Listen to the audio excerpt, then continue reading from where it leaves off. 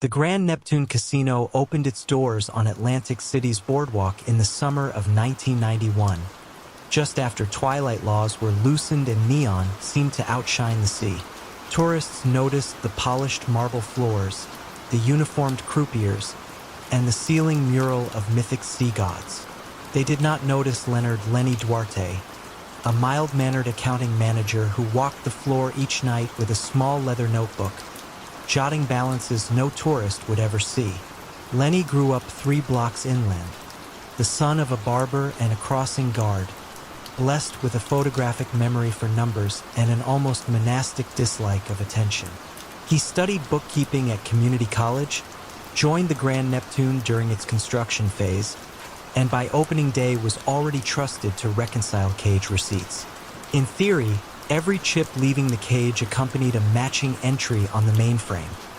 In practice, chips flowed like tidewater, and Lenny alone tracked the undertow. The casino's majority owner was Dominic "Dom" Caruso, a former Newark vending machine distributor rumored, politely, to have silent partners in North Jersey's DeCavalcante crew. Dom understood showmanship better than spreadsheets. On opening week, he pulled Lenny aside and spoke in the lilting confidence of an uncle giving life advice. Neptune needed some flexibility in its daily drop counts.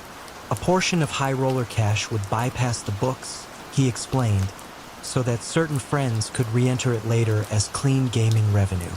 Lenny, who had never broken a rule stronger than a parking meter, felt the room contract, then nodded. He was 27, paying off his mother's medical bills, and the request came wrapped in paternal charm.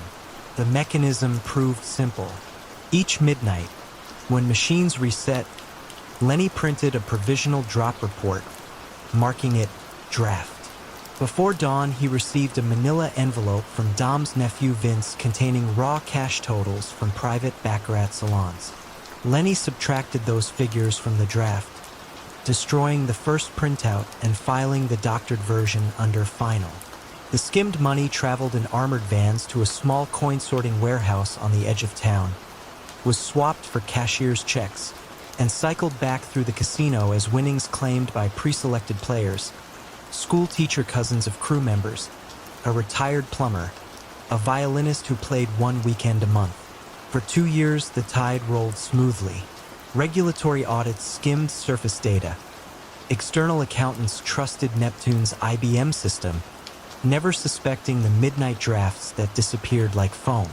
Lenny's only written record fit into that leather notebook, tiny columns noting subtractions with the cryptic letter M for mirror, meaning the money would soon reflect back as legitimate. In 1993, competition stiffened. New casinos sprouted along the boardwalk, and Dom demanded bigger mirrors, $100,000 nightly instead of $40,000. Lenny reminded him that casinos filed currency transaction reports for anything above $10,000. Dom smiled, said the feds were busy chasing drug cartels, and ordered another round of Greek god statuary to distract tourists. The skim doubled. Meanwhile, Patricia Trish Calder, a young analyst at the Treasury Department's fledgling financial crimes network, began mapping unusually regular cashier's checks issued by the same coin-sorting warehouse. The payees, those pensioners and violinists, always cashed in at the Grand Neptune, always on Monday mornings, always for sums just under $10,000. Calder flagged the pattern, nicknamed it Poseidon, and asked New Jersey Gaming Enforcement for soft audit assistance. The task fell to senior auditor Mike Trelevin, a stoic ex-IRS examiner who believed most fraud revealed itself in the gaps between first drafts and final statements. During an unannounced spot check in August 1994, he requested Neptune's raw midnight reports. Front office clerks, unaware such drafts existed, paged Lenny in mild panic. Lenny hurried down, heart hammering, leather notebook tucked inside his blazer. Trelevin's polite eyes seemed to weigh silence itself. Lenny stalled, claiming the system overwrote drafts automatically. Trelevin, unimpressed, imaged the mainframe and left, promising follow-up subpoenas. That evening, Dom convened an emergency meeting in the penthouse suite. Vince advocated burning the notebooks and shifting operations to a new riverboat venture in Louisiana. Dom disagreed. Destroying records signaled guilt. Better, he said, to weather the inquiry, charm regulators, and blame any discrepancies on software glitches. He instructed Lenny to keep everything operating exactly as before. Pressure distorted Lenny's neat world. He miskeyed figures, slept in 30-minute bursts, flinched at every elevator bell. One dawn, he discovered Vince waiting in the counting room, sleeves rolled, pistol holstered in plain sight. Vince said regulators would soon interview staff, and stories had to match. Anyone wavering might take a vacation they won't return from. He tapped the leather notebook, reminding Lenny that paper could sink or float. The interview arrived on a rain-slick Tuesday. Trelevin and Calder sat across from Lenny in a narrow office smelling of copier toner. They asked why cashier's checks mirrored cage drops within 48 hours. Lenny's rehearsed answers collapsed under follow-up questions about draft reports. Calder produced a screen print from the mainframe backup, showing file headers labeled DRFT_01. Lenny felt his pulse loud in his ears. For the first time since accepting Dom's paternal handshake, he pictured prison bars and his mother alone in a small clapboard house. Calder ended the session gently. "We believe you kept notes. If you'd like to help, now is kinder than later." Lenny hesitated, then handed over the leather notebook without a word. The pages told everything: dates, amounts, initials M. It was enough. On November 3, 1994, federal agents and state troopers converged on the Grand Neptune at sunrise. Gamblers still chased jackpots while officers seized hard drives, coin wrappers, and Dom's gilded Poseidon statue. Dom was indicted on 22 counts of money laundering and structuring, Vince on 19, Lenny on 6. At trial, Lenny testified in measured, sorrowful tones, explaining mirrors and midnight drafts. His cooperation reduced his sentence to 18 months in a minimum security camp. Dom received 12 years, Vince 9. The Grand Neptune never reopened. Its marble floors cracked under humidity, and the mural peeled away until only dim outlines of sea gods remained. Upon release, Lenny moved inland to Lancaster, Pennsylvania, where he kept books for a farm equipment dealership and volunteered evenings teaching budgeting at a local community center. When asked about casinos, he said only that numbers can look like waves, beautiful from a distance, deadly when you're caught beneath the surface.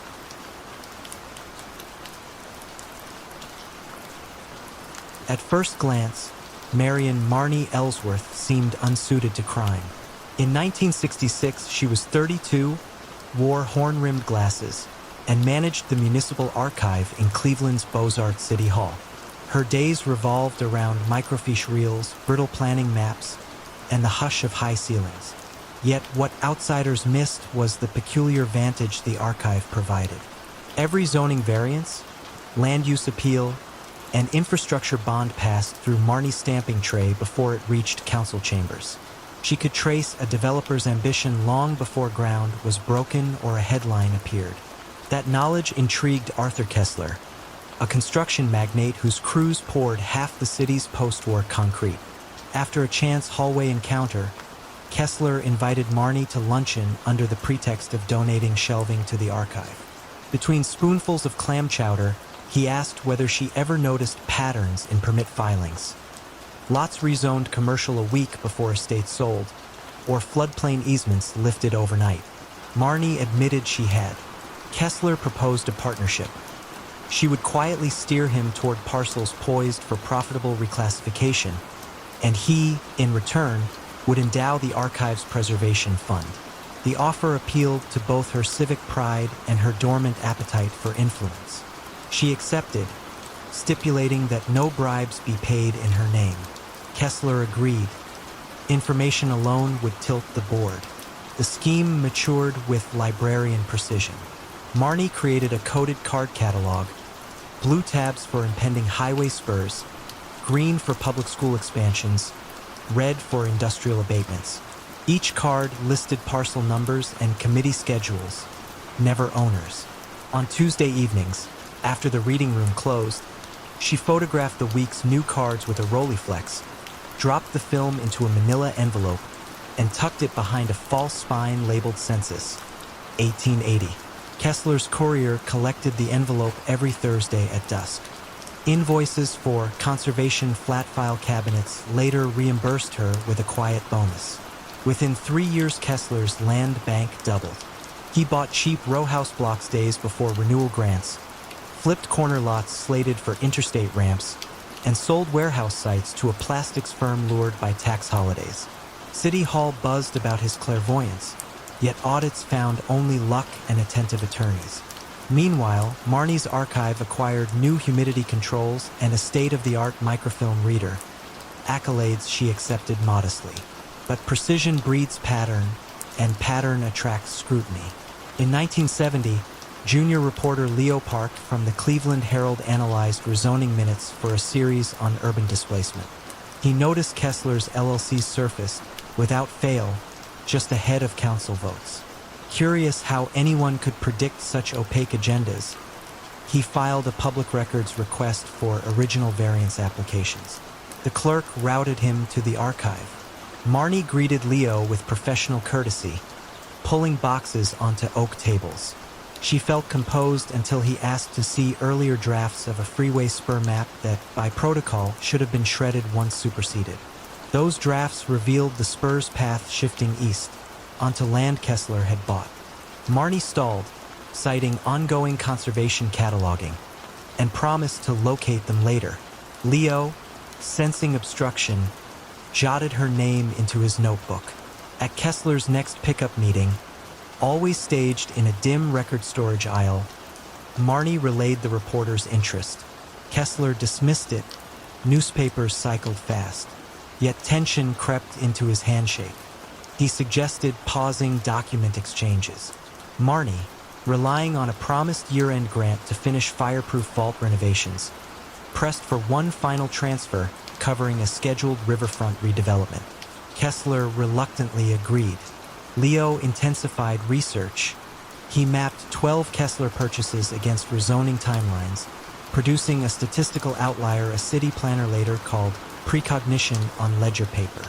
He tracked courier license plate numbers leaving the archive after hours, tracing them to a shell firm listed at Kessler's headquarters.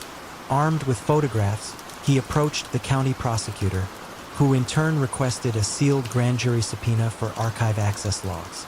Marne discovered the subpoena when a bailiff arrived unannounced, demanding sign-in sheets and key cabinet records. Her ordered world tilted. She considered destroying the color tab catalog. One match would erase the trail, but preservation instinct warred with self-preservation. Instead, she transferred the cards into a banker's box, slid it into a bunker-style map case, and labeled it Seismic Survey 1935, accurate enough to discourage casual inspection. For days later, agents executed a search warrant, uncovering the hidden cards after a clerk misshelved inventories and exposed the ruse. Each color tab corresponded to a council docket, dates aligned with Kessler's purchases. The quiet archive erupted into flashing cameras. Marne was arrested among the very filing cabinets she once championed, charged with conspiracy, insider dealing, and breach of public trust. In interviews, she maintained composure, requesting tea and quoting archiving statutes, until prosecutors offered a path. Testify to Kessler's use of privileged municipal data, identify any council aides who leaked preliminary maps, and the state would recommend a lenient sentence, allowing her eventual return to library work, though never again in government. She bargained for one more clause: funding to complete the fireproof vault so irreplaceable 19th century plats would survive regardless of her fate. The state, anticipating good press, conceded. During trial, Marne explained the scheme like a cataloging lecture, logical, chronological, bloodless. Jurors listened, equal parts impressed and dismayed. Kessler received 8 years for racketeering and was fined enough to finance the very public housing his deals had stalled. 2 council aides resigned under ethics violations. As promised, the fireproof vault was completed, carrying a brass plaque bearing no donor's name. Marne served 26 months in a minimum security women's facility, managing the library cart and teaching inmates basic archival care. Upon release in 1974, she relocated to a quiet town in upstate New York, cataloging local history ephemera under the name Marian Ellis. Visitors note the meticulous subject headings and the subtle color dots on each call slip, now merely aids for shelving, nothing more. Yet when she closes the library at dusk, she pauses at the map cabinet, running her hand across steel drawers, reminded that information is neither moral nor corrupt until someone chooses how to file it, and what they demand in exchange for the key. Maurice Carile opened the Blue Lantern Jazz Club on Frith Street in the spring of 1961, when London still smoked from post-war austerity and every basement seemed to echo with saxophones. At 29, Maurice blended 2 talents: the smooth timing of a swing drummer and the rigorous neatness of a chartered accountant. In the afternoons, he balanced books for a small firm in Holborn. At night, he checked ticket stubs, adjusted the house piano stool, and listened to horn solos curl into the ceiling. Most patrons assumed the club survived on whiskey sales and late-night jam sessions. In truth, its greatest revenue came from figures Maurice never printed on the menu. His first silent partner was Albert "Bertie" Rowe, an East End fixer who supplied the club with smuggled scotch at half market price. Bertie noticed that Maurice filed meticulous cash summaries each dawn, reconciling every shilling. Such discipline, he mused, could polish rougher earnings. He proposed a discreet service. The Blue Lantern would inflate nightly ticket totals and bar tabs, absorbing Bertie's betting shop proceeds before banking them as legitimate cash. Maurice hesitated. He loved jazz, not jail, but Bertie promised stability, and the club's mortgage loomed. One handshake under the stage lights began a laundering pipeline masked by bebop and cigarette haze. Word spread among London's underworld as swiftly as a trumpet cadenza. Within 5 years, the Blue Lantern reported sellout crowds 6 nights a week, even during midwinter fogs when chairs sat empty. Extra patrons existed only in ledger columns, their imaginary tips smoothing quayside smuggling profits and protection fees from Soho clip joints. Maurice diversified, forming Blue Note Distribution, a shell company that claimed to export British jazz records to Sweden, Norway, and, improbably, Liechtenstein. Each phantom shipment disguised cash transfers to Swiss holdings, justified by bogus royalty statements. By 1973, new value-added tax regulations required detailed invoices for entertainment venues.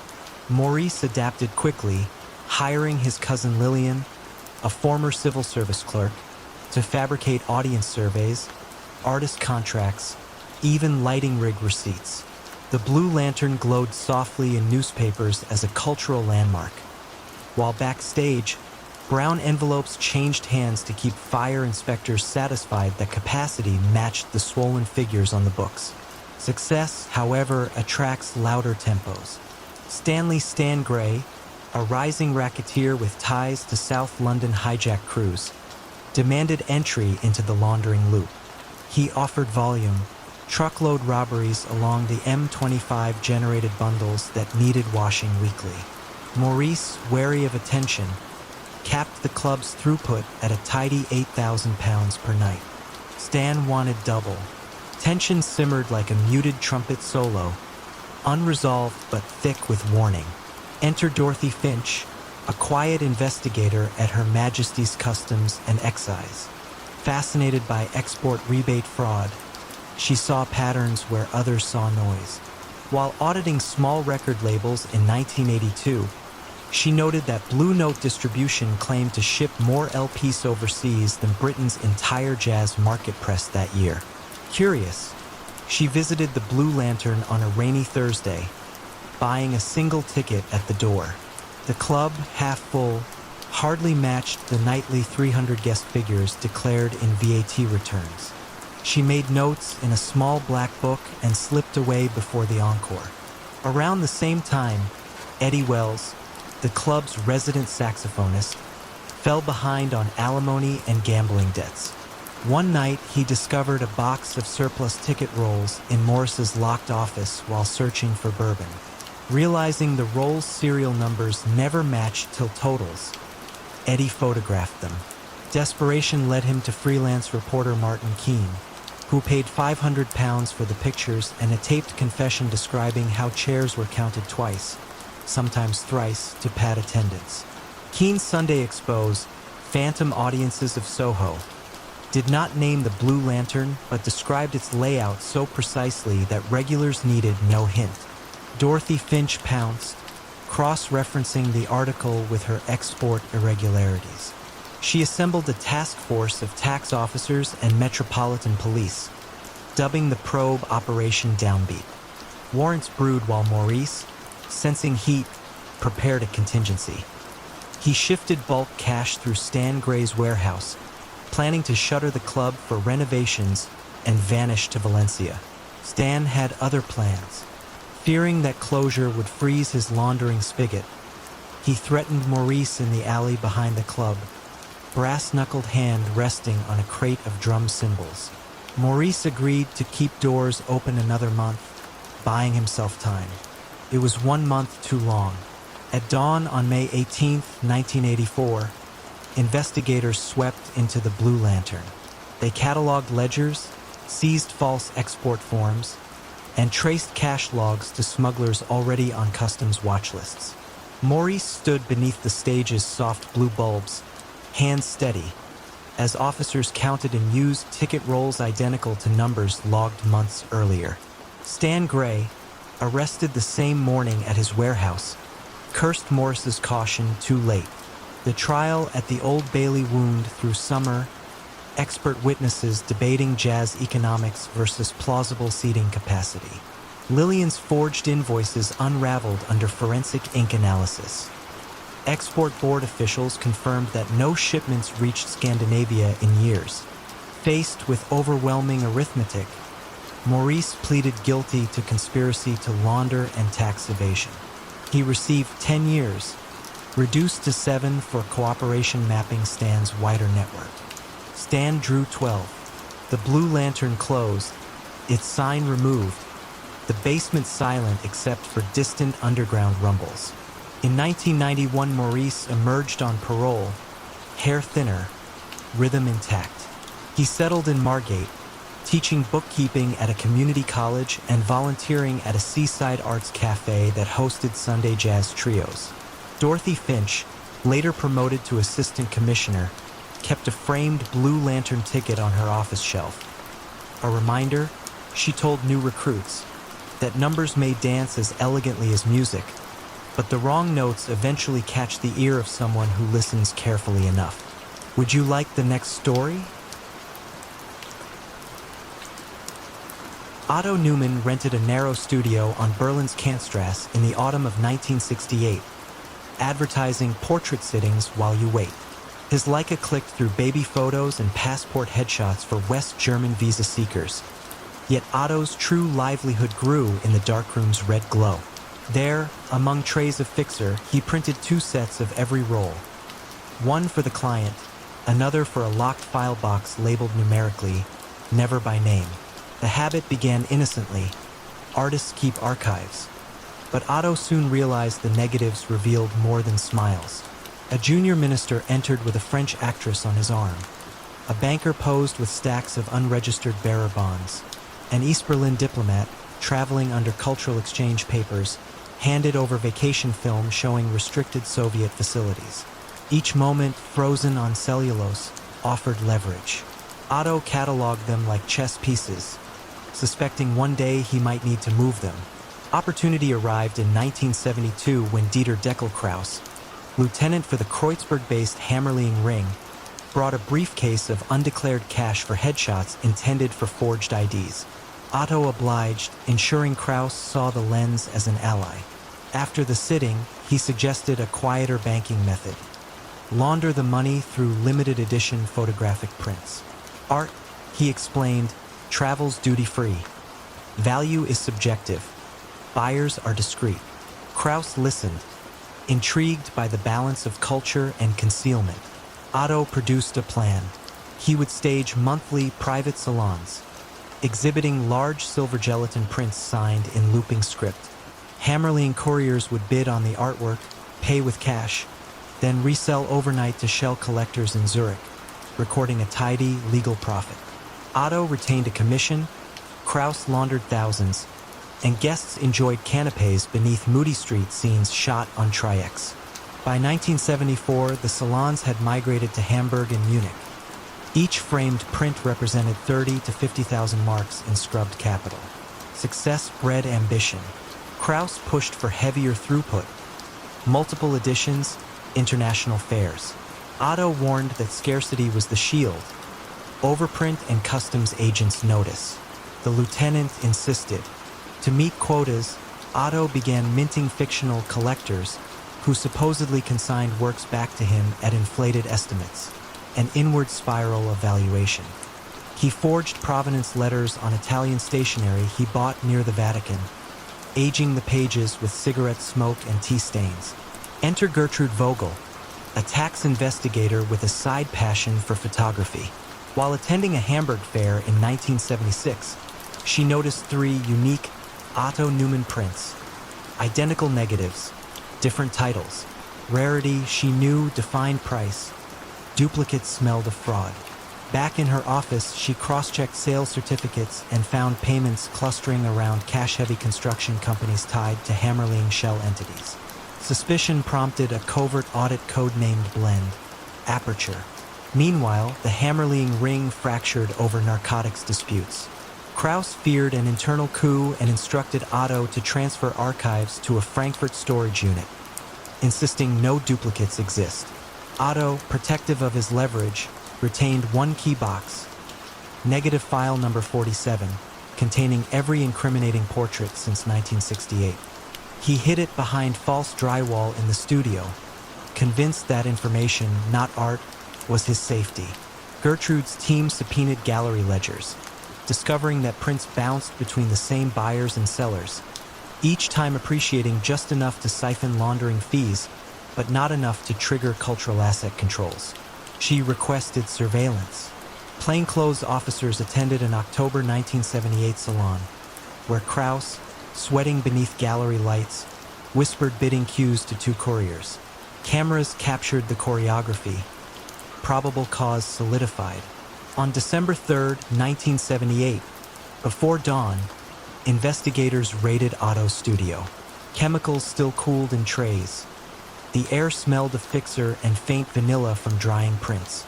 They seized financial ledgers wrapped in lens cloth, shipping manifests for crates labeled fragile glassware, and the hidden box of negatives, discovered after a hammer tap revealed hollow plaster. Otto, seated on a wooden stool, faced Gertrude across the light table. She slid a contact sheet forward. The junior minister with the actress, the banker with bonds, Krauss grinning over counterfeit passports. Quiet filled the room like unexposed film. Charges ranged from tax evasion to conspiracy and possession of blackmail materials. Otto weighed options. He could surrender Hammerling names, burying Krauss and earning leniency, or cling to silence and hope the ring's dwindling loyalty protected him. That night, news bulletins reported Krauss had died in an alleged nightclub accident. A fall down metal stairs no witnesses saw. Loyalty, Otto concluded, was already bankrupt. He negotiated. In exchange for decoding ledger aliases and authenticating negative timestamps, Otto insisted on 2 conditions: preservation of original prints in a national photography archive, and witness relocation under a new identity where he might still work with cameras. Gertrude, admiring his technical precision if not his ethics, acquiesced. Court testimony the following spring dismantled the Hammerling laundering branch. 8 shell directors faced prison, and art market regulations tightened to require export licenses for high-value prints. Otto was sentenced to 4 years, reduced to 28 months for cooperation. Behind prison walls, he ran the inmate ID photo booth, ensuring each shot met bureaucratic standards. Upon release in 1981, he resettled in a Danish seaside town as Erik Norling, photographing fishermen and gulls for local postcards, images as transparent as the salt air, carrying no secrets in their grains. Visitors sometimes remark on the clarity of his black and white horizons. He thanks them, never mentioning the studio on Kantstrasse or the box of negatives now sealed in a federal archive. Yet when twilight darkens his small darkroom, Erik still watches silver crystals bloom under red light and remembers that every image captures not only what stands before the lens, but also the unseen transactions hovering just beyond the frame. Victor Vic Raldi's rise began on a gray Chicago morning in 1954, the day he bought a modest haberdashery on State Street. To shoppers, Raldi's fine menswear looked like any other shop where clerks measured sleeves and matched silk ties to charcoal suits. Yet beneath the oak counters lay hidden compartments, and in the locked office upstairs, ledgers far more lucrative than dress shirts chronicled the flow of mob money across the Midwest. Vic grew up the son of Italian immigrants who prized discretion and hard work. As a boy, he learned to press trousers with precision. As a teenager, he learned to press envelopes into the right hands. By 28, he'd sold his father's tailor shop for cash, clean cash, he liked to say, then reinvested in 3 more storefronts along the lakefront. Behind each register, a trusted cousin tallied legitimate sales while keeping a second column for the numbers that mattered. The storefronts became funnels, washing gambling revenue from Cicero to Joliet, converting dirty dollars into neat bank deposits. Vic's operation ran quietly, almost primly, and that was exactly why the Giordano outfit noticed. In 1957, Anthony Tone Giordano invited Vic to dinner at a private booth in the Green Mill Lounge. Tone spoke softly, as if disclosure itself were impolite. The outfit's gambling take had outgrown back-alley pickups. It needed a laundromat that did not smell of bleach. Vic's haberdasheries, with their brass door handles and polite mid-level clientele, were ideal. The deal was sealed over a single handshake. Vic would skim 5% of every laundered dollar. The outfit would guarantee protection and provide unlimited inventory. Unsold shipments billed, in theory, to out-of-state wholesalers that did not exist. Over the next decade, Vic used Taylor's chalk and needlepoint metaphors to train his clerks. Every counterfeit invoice must fit the real sales total as perfectly as a bespoke jacket. His insistence on detail earned him the nickname the Draper. By 1965, his network included a dry cleaning chain in Milwaukee, a gentleman's club in St. Louis, and a riverside casino boat registered under a cousin's name in Council Bluffs. Each enterprise looked unremarkable from the street. Together, they absorbed nearly $2 million a month, slipping it back into the banking system through understated, routine deposits. Yet power multiplies both assets and anxieties. Vic trusted only family, but cousins quarreled, siblings aged, and nephews dreamed of quicker glory. The quietest threat arrived in 1971, when a new federal agent in Chicago, Walter Price, began charting currency transaction reports at a time few bankers bothered with them. Price noticed that Raldi menswear rarely exceeded 30 customers a day, yet its deposits rose steadily despite seasonal slumps. He marked the shop on a wall map, pinned it with red string to a series of cash buys on the Riverside Casino, and waited. Meanwhile, the outfit felt pressure from Detroit rivals encroaching on truck routes. Tone Giordano, gray-haired and newly cautious, ordered Vic to accelerate throughput, double the monthly wash within 6 months. Vic protested that such growth would wrinkle the fabric, but Tone reminded him that loyalty is measured in compliance. Vic complied. Deposits ballooned. So did Price's suspicions. By 1974, Price had assembled a small task force armed with quiet subpoenas. They leaned on freight clerks, cross-checked fabric orders, and found that Vic's flagship store claimed to sell 1,200 Italian silk ties each week, 6 times the entire Midwest's import volume. The numbers were impossibly elegant, and that elegance was the tell. Price kept his investigation sealed, biding time for one clean break in the stitching. It arrived through Vic's youngest cousin, Marco, who handled counting at the Council Bluffs casino. Marco enjoyed slot machines more than accounting and siphoned $5,000 a night to cover losses. To the outfit, a missing $5,000 was a rounding error. To Price, it was leverage. Confronted with potential embezzlement charges, Marco crumpled quicker than cheap linen. He detailed every courier schedule, every code word: blue suit for $10,000, cufflink for $50,000, and crucially, the exact dates ledgers were swapped between shops. On an icy dawn in February 1975, agents executed coordinated raids across Illinois, Iowa, and Missouri. They entered Rinaldi Menswear politely, presenting Vic with a 40-page warrant as he arranged a window display of spring overcoats.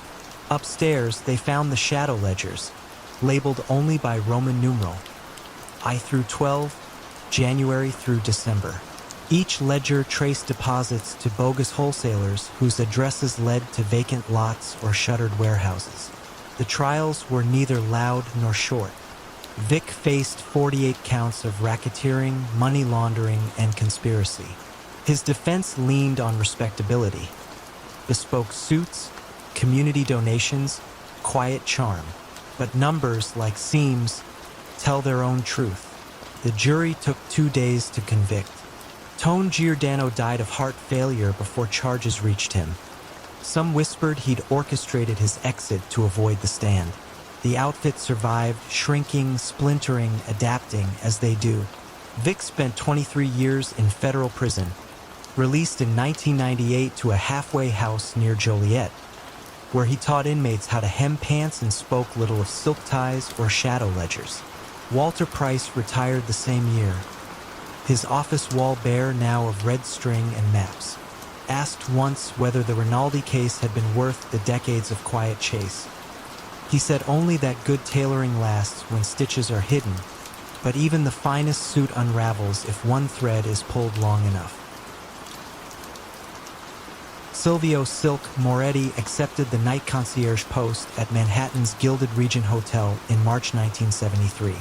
The lobby's brass fixtures gleamed, the carpets swallowed footsteps, and the clientele: finance heirs, visiting diplomats, Broadway ingenues, expected privacy as polished as the marble. Sylvio delivered it with effortless grace. He could arrange theater tickets after curtain, procure vintage champagne at 3 a.m., and, if asked in lowered tones, find a discreet doctor who never invoiced. Tips multiplied, but what mattered more were the names attached to each folded bill. Sylvio logged those names in a small black agenda, initials only under the heading favors. 3 months in, a bell captain introduced Sylvio to Vincent Vince Carbone, lieutenant of the Romano crime family's Midtown crew. The Romanos controlled freight docks and bookmaking parlors, yet yearned for cleaner revenue. Vince observed that Sylvio's desk sat at a crossroads of appetite and secrecy. Information gathered there could steer money. He offered a partnership: funnel certain high-stakes gamblers to Romano betting rooms, discreetly recommend Romano-owned jewelers to guests seeking last-minute gifts, and collect 10% of whatever those guests spent or lost. Sylvio negotiated a single boundary: no physical threats. Vince, amused by the concierge's spine, agreed. Sylvio's power blossomed in silence.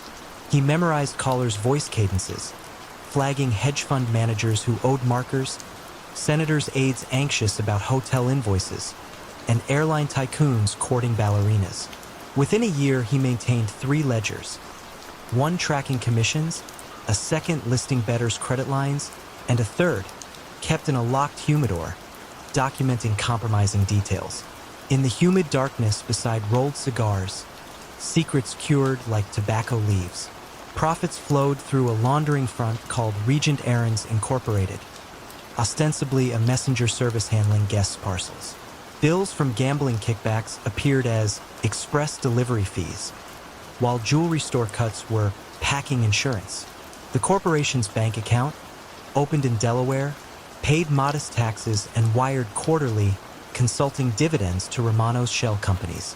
Sylvio drew a salary that looked pedestrian yet withdrew cash bonuses from a safety box reachable only at night. The system thrived until autumn 1977, when an ambitious assistant U.S. attorney, Dana Feld, took over a dormant illicit finance probe targeting midtown hospitality businesses. She noticed that Regent Errands filed payroll withholding for just 2 bicycle couriers yet reported gross receipts rivaling a small logistics firm. Her team mapped every transfer and saw a pattern. Spikes in revenue after major boxing matches or playoff games. Classic gambling calendar beats. Meanwhile, inside the hotel, a new front desk clerk named Harriet Doyle began working the evening shift. Fresh from Queens College and curious by nature, Harriet admired Sylvio's composure but puzzled over the nightly stream of late calls he fielded in the service corridor, always ending with terse notations in the black agenda. One stormy night, a frantic guest, an aerospace contractor, begged her for mislaid betting slips, claiming he'd wired $10,000 to Regent Errands on Sylvio's direction. Harriet, alarmed, searched the reservation system but found no department by that name. She filed the conversation away as odd, yet unforgettable. Dana Feld subpoenaed the hotel's corporate filings. Regent Errands registered Agent Stonewalled, buying time for Sylvio to hear whispers of the probe through a Romano lawyer. Vince visited the concierge office after midnight, rain streaking his trench coat, and urged Sylvio to destroy the humidor ledger. Sylvio refused. The ledger, he said, was a parachute. Without it, he was expendable. Vince's eyes chilled, but he left, tapping the brass bell on Sylvio's desk as a wordless warning. Pressure tightened. Harriet, still uneasy, discreetly copied a week of Sylvio's phone logs when she closed out the switchboard, a task no one tracked after 2 a.m. The numbers led to backroom bookmakers and Romano-owned jewelers. Torn between loyalty and legality, she dialed the Justice Department tip line, identifying herself only as Lobby Nightingale. Dana Feld's office cross-checked the logs against subpoenaed wire transfers. The puzzle locked into place. At dawn on February 18, 1978, federal agents entered the Regent's staff entrance, their steps muffled by Persian runner Sylvio once chose for their silence. They detained him at the concierge desk, where he was arranging orchids for the breakfast crowd. Harriet watched from behind a pillar, heart hammering. In a conference room upstairs, Dana Feld laid out evidence. Shell invoices, phone logs, and an affidavit from a bettor who claimed ruin after Sylvio steered him to Romano tables. Sylvio asked for espresso, then countered with terms. Full disclosure of Romano laundering routes, identification of bribed freight inspectors, and turnover of the humidor ledger. If prosecutors guaranteed witness security and allowed Regent Hotel's legitimate staff to keep their jobs.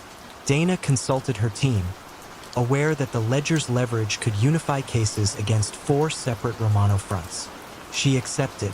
Days later, FBI trucks seized crates of falsified invoices from a Romano warehouse in Hoboken. Vince Carbone was arrested leaving a dentist's office, bib still fastened. Indictments cited racketeering, money laundering, and interstate gambling. Sylvio's meticulous ledger, each line of looping ink, formed the spine of the prosecution. In court, he testified softly, never vilifying, simply confirming transactions, dates, and whispered requests for discretion. Jurors listened as if to a bedtime story whose lullaby was inevitable downfall. Sylvio received a 5-year sentence, halved for cooperation. The Regent rehired Harriet as front office supervisor, praising her integrity under pressure. She replaced the brass bell with an electronic chime. Less romantic, harder to tap ominously. Upon parole in 1981, Sylvio entered witness protection, adopting the name Sam Laurent and accepting a concierge role at a boutique hotel in Oregon's wine country. Guests there admire his uncanny talent for securing last-minute reservations and keeping confidences. He no longer keeps a humidor ledger, only a pocket notebook listing Vineyard's best vintages alongside a daily reminder in neat Italian cursive. Privacy is service, but secrecy is debt, and every debt matures. Carl Bishop arrived on Boston State Street in the autumn of 1994 wearing a thrift store suit and the smile of someone who had memorized every Dale Carnegie anecdote. At 29, he landed a junior post at Whitcomb & Price, a boutique brokerage that thrived on low-volume special situations. Those thinly traded stocks the big houses ignored. Carl understood risk, but more importantly, he understood narrative. If he spoke of a failing paper mill as an undiscovered turnaround, clients heard profit where auditors heard smoke. Within 2 years, Carl managed his own book. He nurtured a stable of dentists, restaurateurs, and retired professors, all craving above-market returns yet wary of Wall Street's glare. To them, he offered exclusivity, arranging breakfast briefings in a waterfront cafe where he recited balance sheet ratios between sips of black coffee. His numbers dazzled: 23% annualized in 1995, 27 the next. What his clients never saw was the second set of ledgers on Carl's apartment floor, pages littered with ticker symbols circled in red and initials that matched no surname in the phone book. Those initials belonged to the Sheridan Group, a quiet Irish-American outfit that had drifted from Southey protection rackets into white-collar ventures. Their emissary, Patrick "Patsy" Rowan, met Carl after overhearing him tout a penny stock mining firm in a Back Bay bar. Patsy slid a business card across the counter, no company name, just a beeper number, and proposed a simple trial: purchase 100,000 dormant shares of HarborTech Electronics at 4 cents, promote the company's proprietary sonar patents, then sell into the wave of retail enthusiasm. Carl hesitated until Patsy revealed an incentive. For every cent the price rose, Carl would collect $5,000, wired to an account in Antigua under the shell name Beacon Advisory. The test succeeded beyond expectation. A single fax press release, drafted by Carl and signed by HarborTech's near-retired founder, sent the stock to 42 cents in 10 trading days. Carl's offshore balance bloomed. He upgraded from a basement studio to a Beacon Hill apartment with exposed brick. Yet he spoke modestly of market luck, never of sonar patents or beeper numbers. The Sheridan Group scaled the scheme. They purchased distressed shells, defunct biotech startups, failed regional ISPs, and installed figurehead CEOs who read scripts Carl prepared. He orchestrated conference call hype, pending FDA submissions, foreign licensing talks, phrases legal enough to survive cursory scrutiny yet vague enough to be unverifiable. Money flowed in two directions: investor cash racing toward illusory growth, and laundered mob profits cycling out through Antigua under the guise of consulting fees. Carl's rise drew whispers inside Whitcomb & Price. Senior partner Amelia Whitcomb admired revenue but disliked opacity. She demanded written due diligence on every microcap Carl pitched. He responded with 30-page binders dense with technical jargon, each more ornate than the last. Amelia still sensed missing chapters, yet compliance forms showed no violations. The firm enjoyed record quarters. Doubt was easy to shelve. At the Securities and Exchange Commission, junior examiner Dana Leong studied trade blotters for unusual volume spikes. HarborTech's February surge glowed red on her screen, followed by similar patterns in 3 other tickers, all cleared through Whitcomb & Price's clearing account. She noted that sales often peaked minutes before glowing press releases hit financial wires, a choreography too neat to dismiss. She opened a file labeled Project High Tide and began requesting clearinghouse records. Meanwhile, Patsy Rowan pressed Carl for faster cycles. Anxious to impress, Carl greenlit a bold maneuver: merge 2 shell companies, Crosswave Pharma and Newlinks Data, announcing a revolutionary telemed platform weeks before the idea held any code. He leaked whispers to newsletter writers hungry for scoops. The stock opened at 89 cents, touched $2, and drew the gaze of day trading chat rooms newly popular in 1998. Volume soared. So did SEC suspicion. Dana subpoenaed phone logs and found hundreds of late-night calls between Caril's apartment and a payphone outside the Dockside Tavern in South Boston, a known Sheridan haunt. She requested authorization for wiretaps. In recorded conversations, Caril and Patsy discussed fresh powder for tomorrow's chart and burying the old shares before the bell. The euphemisms were thin veils. Prosecutors heard conspiracy. On a drizzle-soaked morning in March 1999, agents entered Whitcomb and Price carrying sealed warrants. They guided Caril from the trading floor as monitors flashed green numbers he once commanded. In the interview room, Dana laid out a timeline. Wash trades, misleading releases, offshore wires traced through correspondent banks. Potential penalties totaled decades. Caril's composure frayed only when she produced a transcript quoting Patsy's plan to cut the broker loose if regulators come sniffing. Loyalty, he realized, had been unidirectional. Faced with betrayal, Caril negotiated. In exchange for cooperation, he demanded two concessions: protection for his clients' retirement accounts, many victims but also friends, and transfer to a low-security facility after sentencing. Prosecutors agreed. Over 6 months, Caril diagrammed the Sheridan wash trade lattice, decoded shell company expenses, and identified foreign nominees who fronted bank accounts. His testimony toppled Patsy Rowan and 2 Sheridan captains on racketeering and securities fraud charges. Whitcomb and Price paid heavy fines yet survived, citing Caril as a rogue actor and installing compliance software he once mocked. Sentenced to 41 months, Caril entered a federal camp in Pennsylvania, tutoring inmates on basic finance and, in quieter moments, reflecting on compounding, not of money but of choices. He emerged in 2002 under a new name provided by the Witness Security Program, settling in a Midwestern suburb where the loudest market noise came from the local grain cooperative.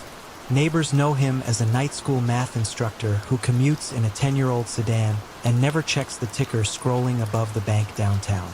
Occasionally, when headlines tout a meteoric stock, he sighs, aware that behind every vertical line lies someone sure the ascent is permanent, someone pocketing profit before gravity quietly reclaims the chart.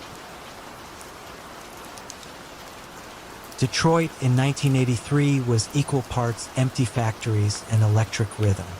Ray Decker, a lanky man with horn-rimmed glasses, captured that rhythm on 2-inch tape at Blue Atlas Records, a scrappy label that pressed local funk acts into crackling 7-inch singles. DJs loved the sound. Street crews loved the cash-only deals at pop-up shows.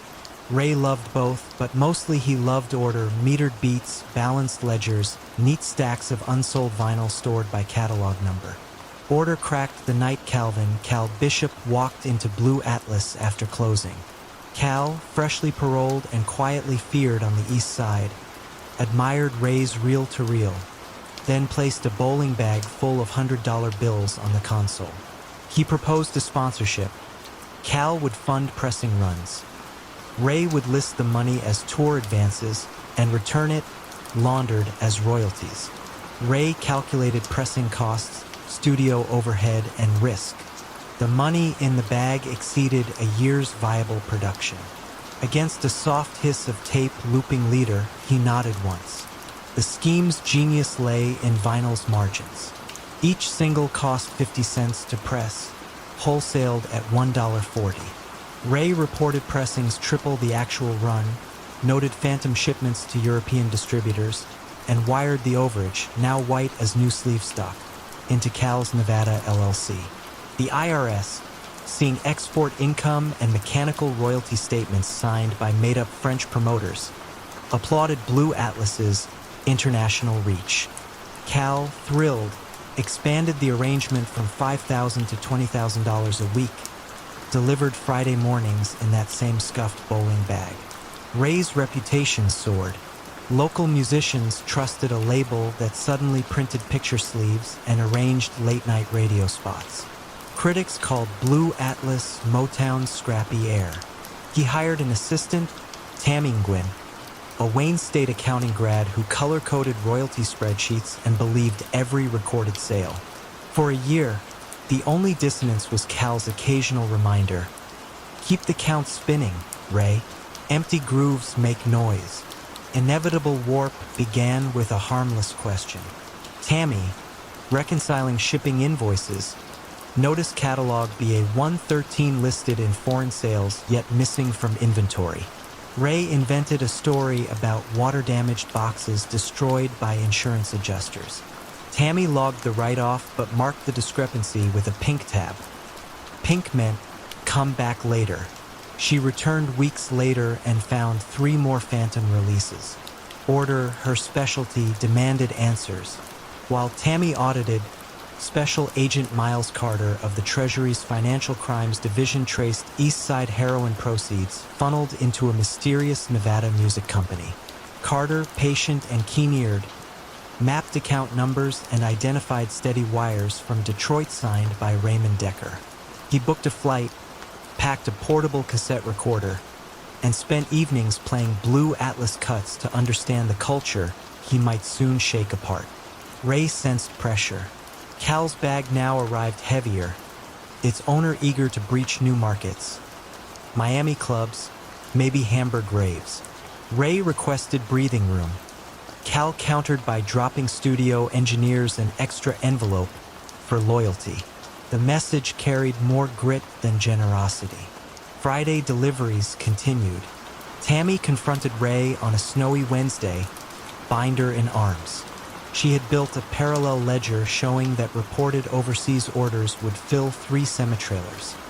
Orders no distributor acknowledged. Ray, cornered yet calm, told her the truth minus Cal's name. Early investors wanted fast growth. Paper sales secured bank loans. Real demand would someday match the fiction. Tammy, ethical but pragmatic, offered an ultimatum. Straighten the books within a quarter or she'd resign and alert the tax board. Ray promised cleanup, hearing Cal's voice behind every syllable. Cleanup arrived, but not as Tammy imagined. Agent Carter, armed with subpoenas, entered Blue Atlas on March 3, 1985, while Ray EQ'd a baseline. Carter's greeting was courteous, his warrant precise. All shipping logs, bank wires, and royalty statements since 1982. Ray's hands trembled only when Carter requested the Nevada correspondence file, the one Ray stored in a locked cabinet behind gold-painted 45 adapters. News of the raid reached Cal within an hour. That evening, Ray found the studio door ajar and Cal seated at the drum kit, sticks tapping a lazy paradiddle. Cal demanded the hard drives, the tapes, the ledgers. Ray offered a compromise. Destroy nothing, instead spin a story of aggressive but legal tax strategy. Cal rose, sticks clacking once against the snare rim. "Music stops when I say," he murmured. Ray's survival instinct finally overrode loyalty. He handed Cal a duffel, not of ledgers but of half-inch master reels. Rare takes, alternate mixes, irreplaceable. Cal, satisfied, disappeared into snow. Ray then drove straight to Treasury's field office, carrying the real books and a typed statement detailing every transfer, every fake pressing, every bowling bag delivery. He demanded, in return, protection for Tammy and a chance to salvage Blue Atlas as a legitimate label. Carter, reviewing the meticulous files, agreed to recommend leniency. Federal indictments landed like downbeats. Cal Bishop, identified through serial numbers logged by Ray, was arrested at a truck stop outside Toledo, masters still in the duffel. He pled guilty to conspiracy and laundering, earning 15 years. Tammy testified as fact witness, her pink-tabbed binder a roadmap for jurors. Ray received 4 years at Milan Federal Correctional, serving 2 after teaching an inmate course on audio engineering. Blue Atlas, placed in trust, survived. Upon release, Ray bought back the catalog with family funds, pressed honest reissues, and installed Tammy as chief financial officer with full signing authority. The label now files quarterly reports that list every unit sold, Even the ones returned warped. Detroit DJs still spin early Blue Atlas singles, pops and hiss intact. They say the groove is wider on those cuts, as if holding secrets in the silent spaces. Yet each record carries a new center label. Microprint reads, "All tracks accounted for." Raquel "Rack" Delgado began her career in Miami's Freight District in 1988, riding a weather-stained bicycle between customs offices, airline cargo bays, and the neon-lit towers of Brickell. Couriers were invisible then. Paid in cash, signed no contracts, left no fingerprints beyond smudged clipboard ink.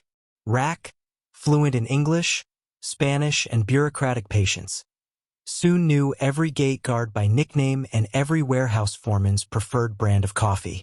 Through these small loyalties, she found herself favored for rush assignments. Sealed envelopes exchanged at odd hours, sometimes on the tarmac beside humming jets headed for Madrid or Sao Paulo. The jobs came from Ignacio Calderon, proprietor of Coral Air Express, a freight forwarding firm wedged between forklift depots. Ignacio had a gentle handshake and a priest's smile, but everyone in the district understood his lineage.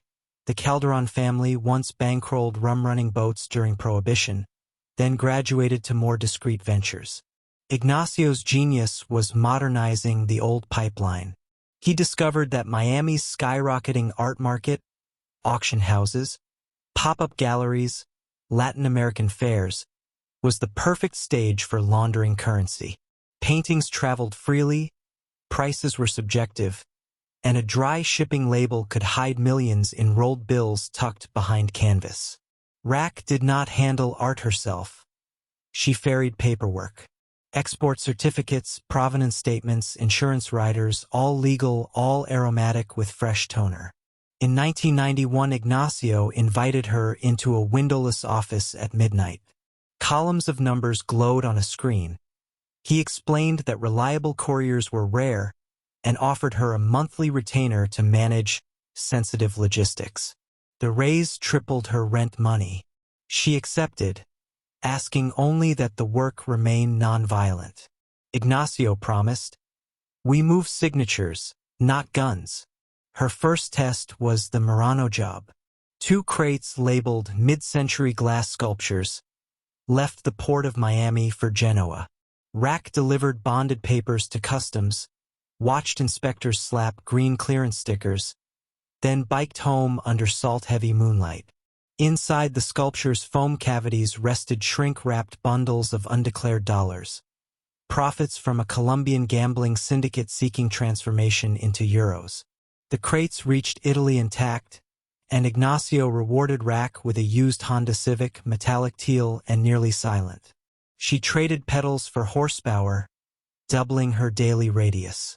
The network expanded. Caracas, Antwerp, Zurich. Rack organized courier schedules, matching low-attention flights with lightly staffed inspection shifts. She learned cargo codes by heart, knew that art/19th century triggered fewer queries than art/contemporary, and mastered the subtle art of over-explaining nothing. Ignacio called her La Arquitecta, the architect, yet architecture invites blueprints and blueprints draw auditors. In 1996, the U.S. Treasury launched Operation Brushstroke to probe art market money flows. Junior Agent Miles Rudd combed shipping records and noticed Coral Air Express filed export manifests minutes after customs offices closed, exploiting a 48-hour reporting grace period. He pulled 6 months of forms, every crate cleared by the same courier ID, RD47. Rudd traced it to Rack Delgado. Surveillance began. Agents followed Rack's teal Civic to late-night rendezvous at a Wynwood warehouse where paintings were unloaded under sodium yellow lamps. They noted she left carrying only envelopes. For months they collected footage, but the contents of those envelopes remained a mystery. Probable cause stayed tantalizingly out of reach. Ignacio, sensing federal eyes, advised a freeze on large transfers. Instead, He staged a charity auction for hurricane relief, donating 10 canvases by an obscure Venezuelan surrealist. 3 were genuine. 7 were amateur replicas with hollowed stretcher bars stuffed with bearer bonds. The plan required Rack to shepherd paperwork from the auctioneer to outbound air cargo within 24 hours to avoid appraisal. She hesitated, short windows bred mistakes.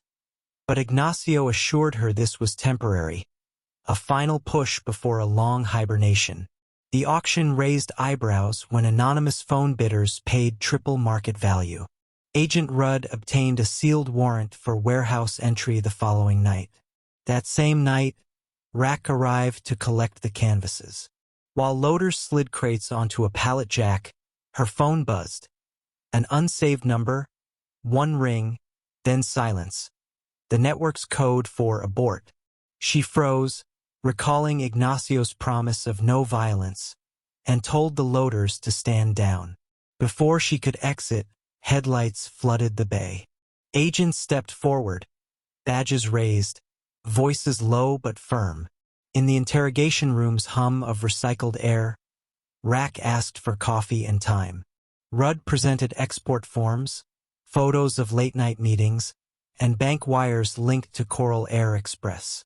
He spoke evenly. Conspiracy, wire fraud, laundering, 20 years if the court were unkind. Then he offered a narrower path. Testify to the art laundering scheme, help decode provenance forgeries, and recommend safeguards. In return, reduce charges and witness relocation. Rack requested one condition: no forfeiture of the Union Health Fund Ignacio had quietly financed for district couriers. Rudd, surprised, conferred with prosecutors. They agreed. The fund was untouched money. 2 weeks later, Rack detailed the scheme before a grand jury. How canvas dimensions matched cash stacks, how courier IDs rotated, how undervalued export insurance masked overvalued sales abroad. Her calm narration dismantled a network that had migrated millions across continents without firing a shot. Ignacio Calderon was arrested at a Coral Gables cafe, reading shipping journals over espresso. He accepted custody without resistance, remarking only that art is interpretation. He received 12 years. Several gallery owners lost licenses. The Wynwood warehouse now houses a school for graphic design. Rack served 18 months at a minimum security facility outside Tallahassee.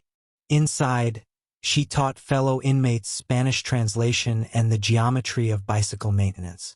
Upon release in 1999, she entered witness protection, relocating to a desert city where the horizon bleaches paintings to monochrome.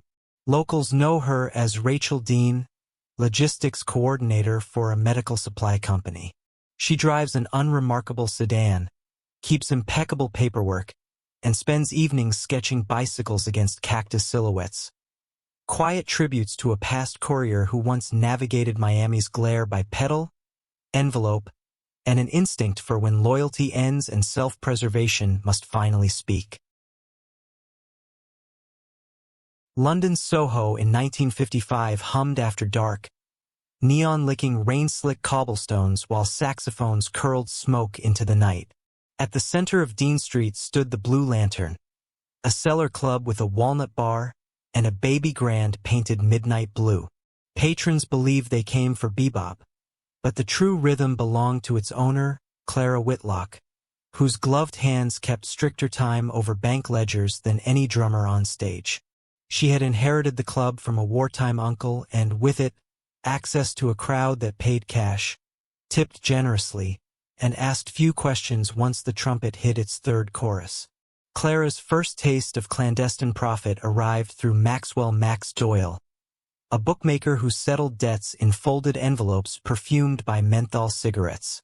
The Lantern's nightly cash totals, Clara noticed, doubled whenever Max's men filled the rear booths. He proposed a partnership elegant in its simplicity. Doyle would funnel inside track bets through the bar's registers as cover charges, smoothing volatile winnings into steady revenue.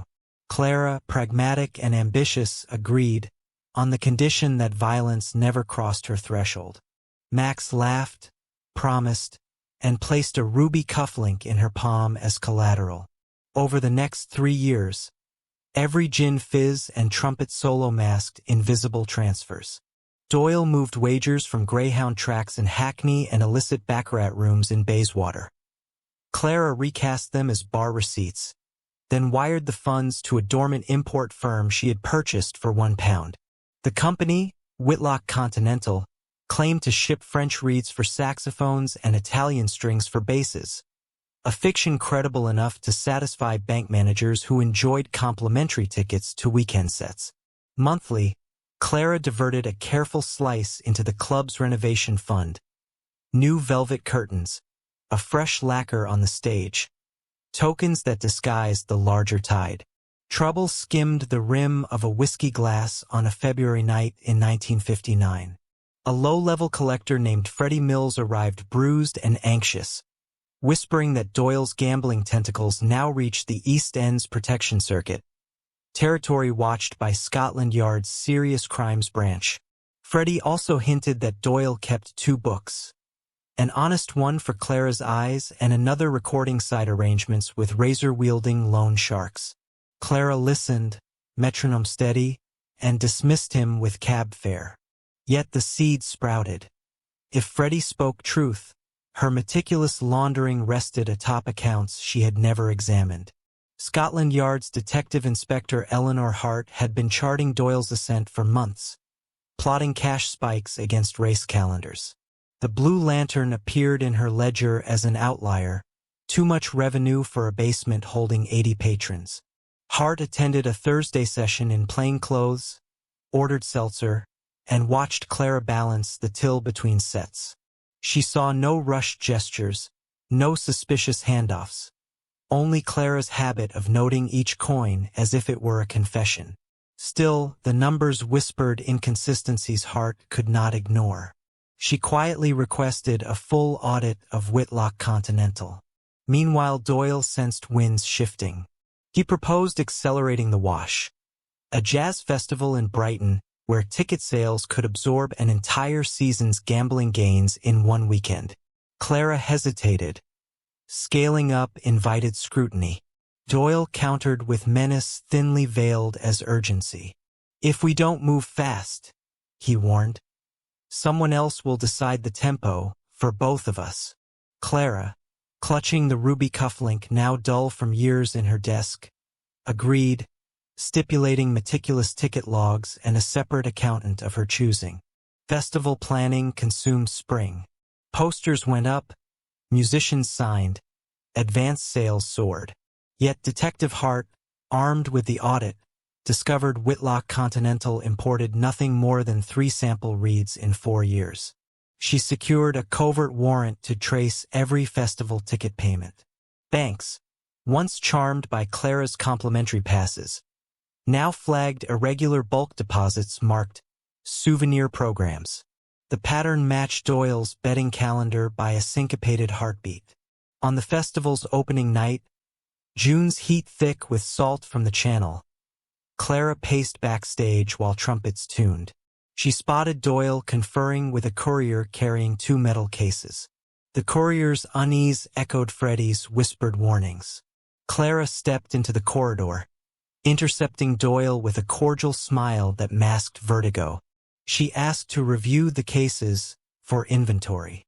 Doyle's eyes narrowed, yet years of portraying the gracious partner compelled him to comply. Inside lay not currency but IOUs, betting slips, and a ledger revealing debts payable in enforcement visits. The discovery shattered Clara's condition of nonviolence. She excused herself, walked to the pier where gulls shrieked beneath carnival lights, and made a decision faster than any she had taken at a balance sheet. From a phone box she dialed Detective Hart, whose business card she had lifted earlier from the audit notice, and offered full cooperation in exchange for safeguarding the club and its staff. Hart, surprised but prepared, orchestrated arrests as Friday's headliner hit a high C that seemed to slice the evening in 2. Officers closed the ticket booth first, seizing cash stacks elastically bound with racecourse stamps. Doyle was led away amid cymbal crashes that masked the snap of handcuffs. Musicians played on, sensing disruption yet continuing the set. Show business demanded it. Clara, escorted aside, surrendered account codes, wiring instructions, and the import firm's fabricated ledgers. Her statement ran 3 hours, spoken in the same measured cadence she used to count bar receipts. In court, Hart testified that Clara's prompt disclosure prevented the protection racket from embedding across South London. Prosecutors, acknowledging her cooperation, charged her with lesser counts of conspiracy to falsify corporate records.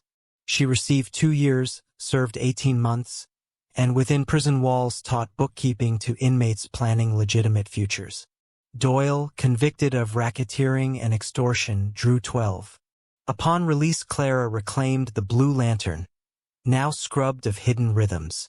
She installed an upright bass as decor, its strings missing, a reminder, she told new bartenders, that silence can be as instructive as music. The club operates to this day, audited quarterly, its cover charge modest, its ledger entries plain. Regulars say the ambience changed after the scandal. Softer, clearer, as though every note finally reaches the listener without laundering its echo through secrecy. Rick Halvorsen started as a night shift timekeeper on the port of Gothenburg's B Quay in 1964, armed with nothing fiercer than a clipboard and a thermos of lukewarm coffee. The work was routine, logging vessel arrivals, checking crate counts, and making sure overtime sheets matched the tug schedules. Yet Rick noticed something that the older stevedores overlooked. Freight manifests rarely agreed with what actually rolled onto the warehouse ramps after midnight. A case of French cognac might arrive labeled as ceramic tiles. A pallet of transistor radios could be marked machine parts. The discrepancies were small but constant, like drops wearing stone. By 1969, Rick had become dock steward for Local 48 of the Transport Union, an elected post that gave him authority to assign shifts and approve sick leave.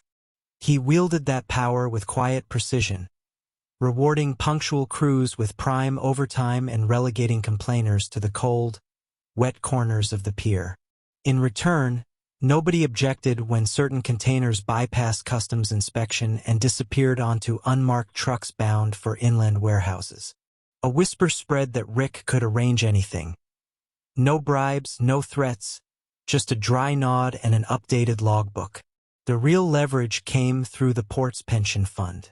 Union dues, deducted weekly, landed in a modest account at Skandinavissa and Skildebanken. Rick persuaded the trustees to let him grow the surplus by placing short-term loans with local importers. In truth, the borrowers were shell companies registered in Luxembourg, each controlled by a Swedish-Italian partnership known informally as the Nardi Group. The loans never defaulted. They simply cycled back with generous interest, converting untaxed smuggling profits into legitimate dividend income for the pension plan. Older dockers were thrilled when their annual statements rose, unaware their future relied on contraband perfume, untaxed cigarettes, and occasionally a crate of unregistered handguns bound for the Baltic. For a decade, the arrangement hummed. Gothenburg's harbor expanded. Rick's office gained a new teak desk, and the union men toasted their steward at midsummer picnics. He never flaunted wealth. His Volvo sedan was 5 years old, his suits gray and box-pleated. The only indulgence was a lakeside cottage purchased through a holding company. His retreat for ledger work on quiet Sundays. Trouble entered by way of a meticulous accountant named Britta Lund. Fresh out of Uppsala University, Britta joined the Swedish Customs Authority in 1979, tasked with reconciling port manifests against import duty receipts. Her algorithmic mind flagged Gothenburg's B Quay. Cargo volume up 12%, duty payments up only 3%. She scheduled a visit, not an inspection, just interviews and sampling. Rick greeted her with practiced courtesy. offering cinnamon buns while guiding her through warehouses that smelled of tar, salt, and pine crates. Britta noted forklifts idling near containers still unsealed hours after arrival. She asked for random bills of lading. Rick produced them, each stamped and seemingly flawless. Yet a single detail snagged her eye.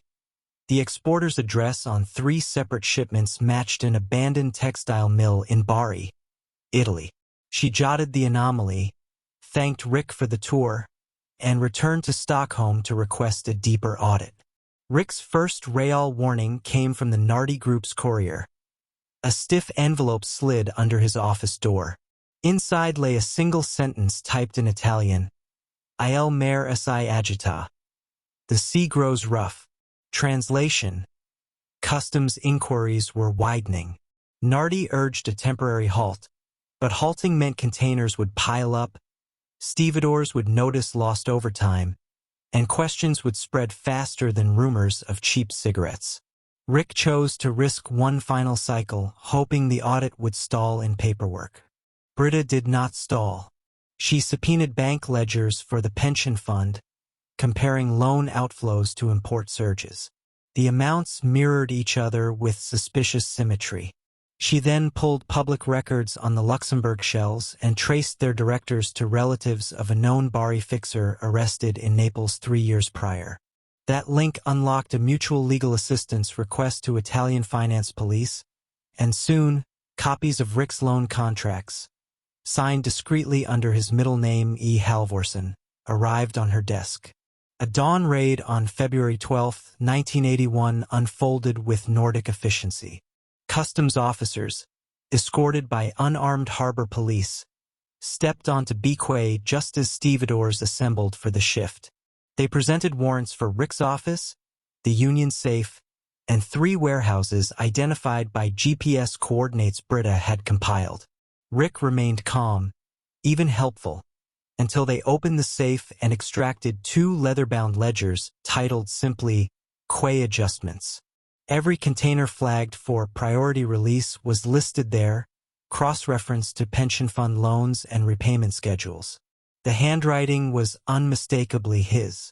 He was charged with aggravated smuggling, racketeering, and breach of fiduciary duty. In custody, Rick realized that his years of subtlety offered leverage only if he surrendered others. Prosecutors wanted the Nardi principles. Rick alone could translate the coded initials in the ledgers. After 3 silent nights in a remand cell smelling of disinfectant and old coffee, he agreed to a limited proffer. Testify on financing flows in exchange for reduced time and preservation of dockers' pensions. The Union Executive Board, shocked but pragmatic, supported the deal. Better a wounded fund than a frozen one. Court proceedings stretched through autumn. Rick, dressed in the same gray suit, spoke softly about loan instruments, shipping routes, and how a missing crate here or there balanced the books. He never claimed altruism, yet emphasized the dockers' improved retirements. Judges acknowledged the nuance but imposed 5 years at Osterreicher prison, citing the scale of deception. The Nardi Group's Nordic arm collapsed. Its Italian partners disappeared into Adriatic shadows. Upon release in 1986, Rick found the docks modernized, his old office now a computer room. He took a clerical post at a maritime insurance firm, a quiet life spent verifying cargo manifests for clerical errors he once exploited. At evenings he walked the waterfront, inhaling the tar and salt he could never quite leave behind. Sometimes a younger steward would nod respectfully, aware that the man adjusting his scarf in the Baltic wind once ruled the pier without raising a fist. Only a pen, a smile, and the promise of a pension that, for better or worse, still paid on time. In the cobbled avenues of Marseille, 1984, Etienne Morel's flower shop displayed roses so vivid that sailors swore they still smelled sea salt. By day, he arranged bouquets for weddings, hospitals, and visiting cruise ships. By night, he arranged something subtler. routes for unregistered cash that moved from Corsican gambling dens to Swiss bank vaults, hidden in refrigerated vans marked with blooms. His acquaintances called him Le Fleuriste, never boss or patron, because Etienne disliked titles that drew suspicion. The operation began innocently, if laundering ever can, when a bookmaker named Roland Castaldi asked Etienne to transport a suitcase on the weekly floral run to Nice. The suitcase rested under buckets of lilies, and for the favor Etienne received an envelope thick enough to settle a lingering mortgage. His conscience, trimmed like stems before dawn, accepted the bargain.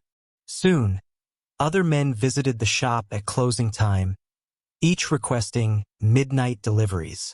Etienne's refrigerated trucks now returned with more than empty crates. They carried casino skim, black market cigarettes revenue, even silent investments from Parisian nightclub owners. Etienne's genius was the paperwork. Every bouquet left the shop with a handwritten tag quoting Latin botanical names, delivery times, and freshness surcharges.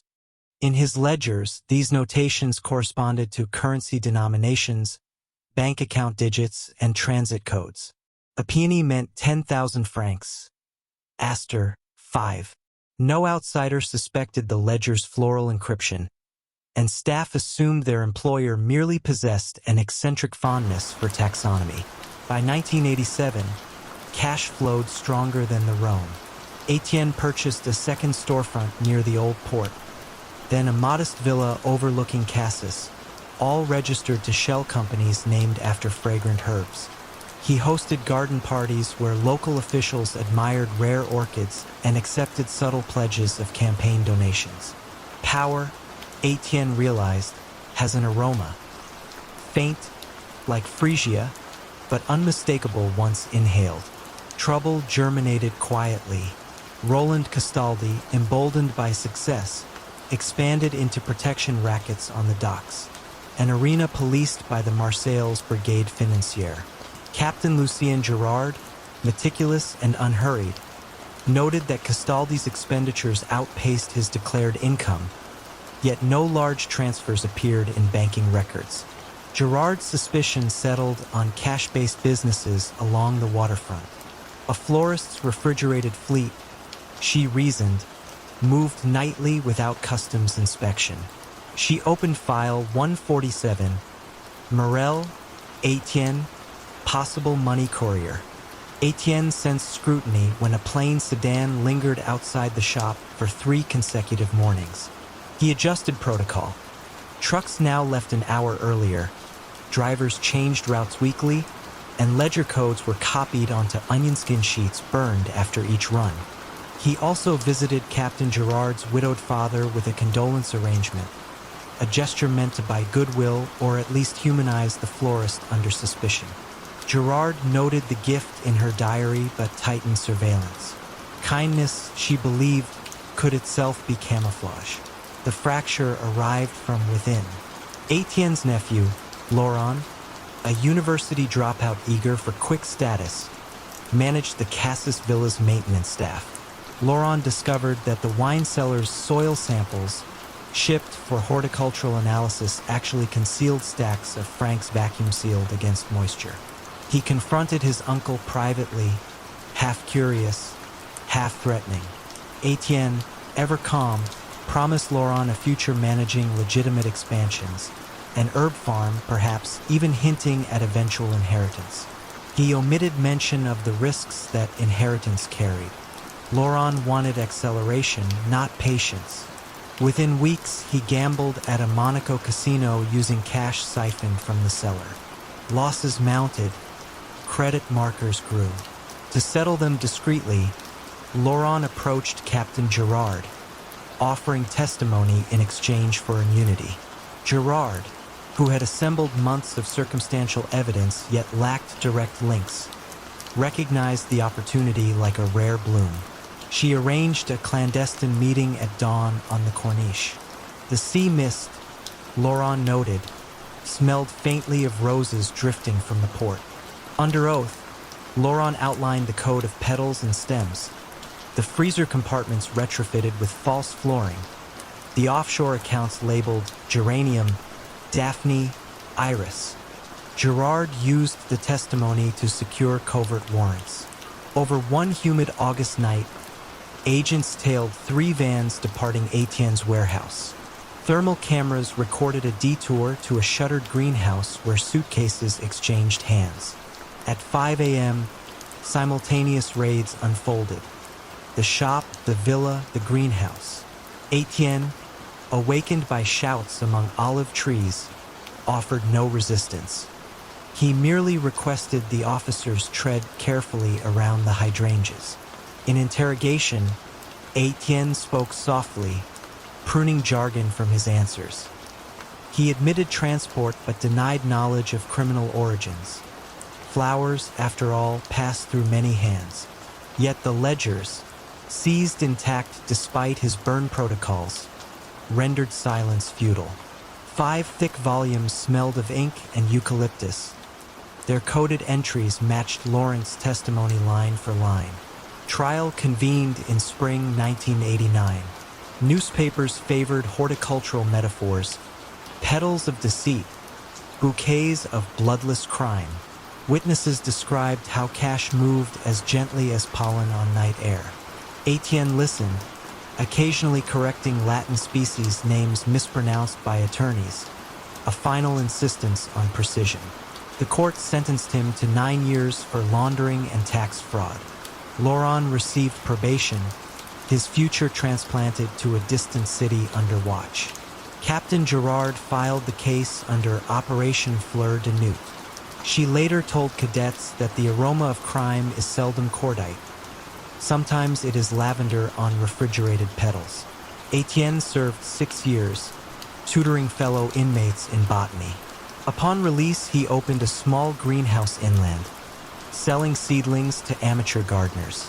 The new venture accepted only checks and maintained a single ledger, unadorned, its pages as clean as freshly cut stems. Ernest Ernie Valenti arrived in Atlantic City in 1979, 6 months after the first legal casino opened on the boardwalk. He carried no suitcase, just a slim manila folder of employment references written by people who no longer existed, and wore a dark suit that blended perfectly with the carnival glare. To casino executives desperate for seasoned staff, Ernie looked like salvation. A veteran pit boss who could read dice without bending, track 20 hands of blackjack at once, and calm gamblers with the measured authority of a maitre d'. Ernie's gift, however, was not hospitality.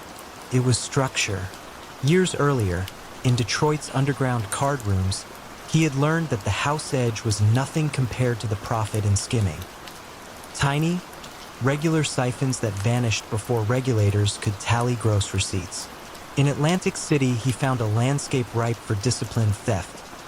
New casinos racing to outshine Las Vegas, auditors still experimenting with checklists, and a river of tourists dazzled by novelty. The Sand Dune Hotel and Casino hired him to supervise 3 blackjack pits. Within weeks, he controlled 4, citing operational efficiency. His method unfolded quietly. Each night, as dealers clocked out, Ernie verified the drop boxes. If totals ran heavy, he left them untouched. When a box ran light, he inserted a marker code, 2 dots on the side of the tally sheet, signaling a trusted cashier to adjust the count upward during reconciliation. The phantom chips reappeared as unclaimed jackpots, then exited through a maintenance vendor Ernie had planted months earlier. Seacoast Fixtures, a shell corporation billing the casino for replacement felt and wool bearings that never arrived. The scheme skimmed no more than 2% of table revenue, small enough to pass quarterly audits. Yet in a city where tables ran day and night, 2% was a silent fortune. Ernie answered to no official partner, but the Esposito crew across the river in South Philadelphia fronted the seed money for Seacoast Fixtures and expected a modest dividend. Their enforcer, Frankie Frogs Lamont, drove down once a month to collect envelopes at a seafood diner on Pacific Avenue. Frogs loved Ernie's caution. He said it guaranteed longevity. and soon the envelopes grew thicker, edged with the metallic smell of new bills. The crew, pleased, kept its distance. Across New Jersey, Governor Burns' Special Task Force on Casino Integrity began sampling nightly drop totals, comparing them against slot and table traffic ratios. Numbers at the sand dunes seemed consistent, but one analyst, Teresa Lynn, noticed an odd oscillation. Blackjack revenue dipped the same weeks that maintenance invoices spiked, as if the felt itself absorbed losses. Curious, she scheduled an unannounced inspection for early March 1983, while tourist traffic was low and surveillance rooms less crowded. Ernie learned of the impending audit from a sympathetic floor manager. He instructed dealers to over-report chip fills for 2 nights, just enough to inflate legal income and mask skimmed margins. The rapid correction, he hoped, would satisfy auditors and send them on their way. Yet a variable he didn't oversee intervened. A young dealer named Marco Ortiz, eager to impress, wrote the true fill amounts on his own notepad for tips calculation. When Teresa Lynn compared dealer notes against cashier logs, Marco's numbers, small, handwritten, and free of Ernie's marker codes, exposed a discrepancy of $11,340. Teresa ordered surveillance footage. In grainy monochrome, Ernie appeared benign, clipboard in hand, yet she observed that he always angled his body between the camera and the drop box whenever inserting tally sheets. It was ritual, almost choreographed. She requested tapes from previous weeks. The pattern repeated. A subtle pivot, papers exchanged, shoulders blocking the lens. Enough, she believed, to argue probable cause. Within the casino, whispers grew. Security Chief Hal Brenner, once loyal to Ernie's smooth operations, sensed outsiders closing in and confronted the pit boss in a deserted counting room. Ernie answered calmly, reminding Brenner that both their bonuses hinged on table performance figures. Brenner, sweating under fluorescent lights, backed down but filed a memo recommending enhanced procedural oversight. The memo reached the sand dunes owners, who, fearing scandal, notified their attorneys to prepare cooperation should regulators press. Froggs arrived that weekend expecting his normal envelope. Ernie produced a thinner stack and explained the upcoming audit. Frog's smile tightened. The crew, he said, disliked irregularities. He advised Ernie to erase whatever needs erasing before outsiders did. Ernie spent that night burning duplicate tally sheets in a maintenance boiler, the ash drifting like soot across the boardwalk's neon glow. On April 8th, armed with warrants, Division of Gaming Enforcement officers swept into the sand dune at dawn. They seized cash carts, computers, and every maintenance invoice issued by Seacoast Fixtures. Ernie, summoned to the surveillance office, offered coffee to investigators with professional courtesy. But when Teresa Lynn produced Marco Ortiz's notes, still smudged with blue ink, Ernie folded his arms, the first visible sign of tension. Officers escorted him to a holding room, where he declined counsel until he heard the words, state RICO provisions. Only then did he request a lawyer. The Sand Dunes executives, hoping to save their license, surrendered financial files and confirmed that Seacoast Fixtures had no physical warehouse. Facing dual pressure from the state and from the Esposito crew, Ernie calculated swiftly. The state offered 5 years for full disclosure. The crew offered no timeline, only consequences. During a late-night interview, Ernie detailed the skim, explained marker codes, and testified that Froggs collected cash on behalf of Esposito interests. He spoke without embellishment, as though reciting a pit manual. In exchange, prosecutors recommended a reduced sentence and witness protection upon release. News of Ernie's cooperation reached Philadelphia within hours. Froggs vanished. 2 mid-level Esposito associates were indicted for conspiracy to defraud a gaming institution, while the Sand Dune paid a record fine and rebranded under new ownership. Atlantic City tourists barely noticed. The lights still blazed, dice still tumbled, but regulators now installed triple-angle cameras, and every maintenance invoice crossed 3 desks before payment. Ernie served 31 months in a low-security facility, tutoring inmates in probability theory and basic accounting. Upon release, he accepted relocation to a mountain town in Colorado, where the only casino was a converted saloon with 8 tables. Locals knew him as Mr. Vance, a quiet man who never placed a bet, simply nursed coffee at a corner stool, watching the shuffle with cool, distant eyes. In their soft murmur, he found an echo of the boardwalk, yet also a reminder.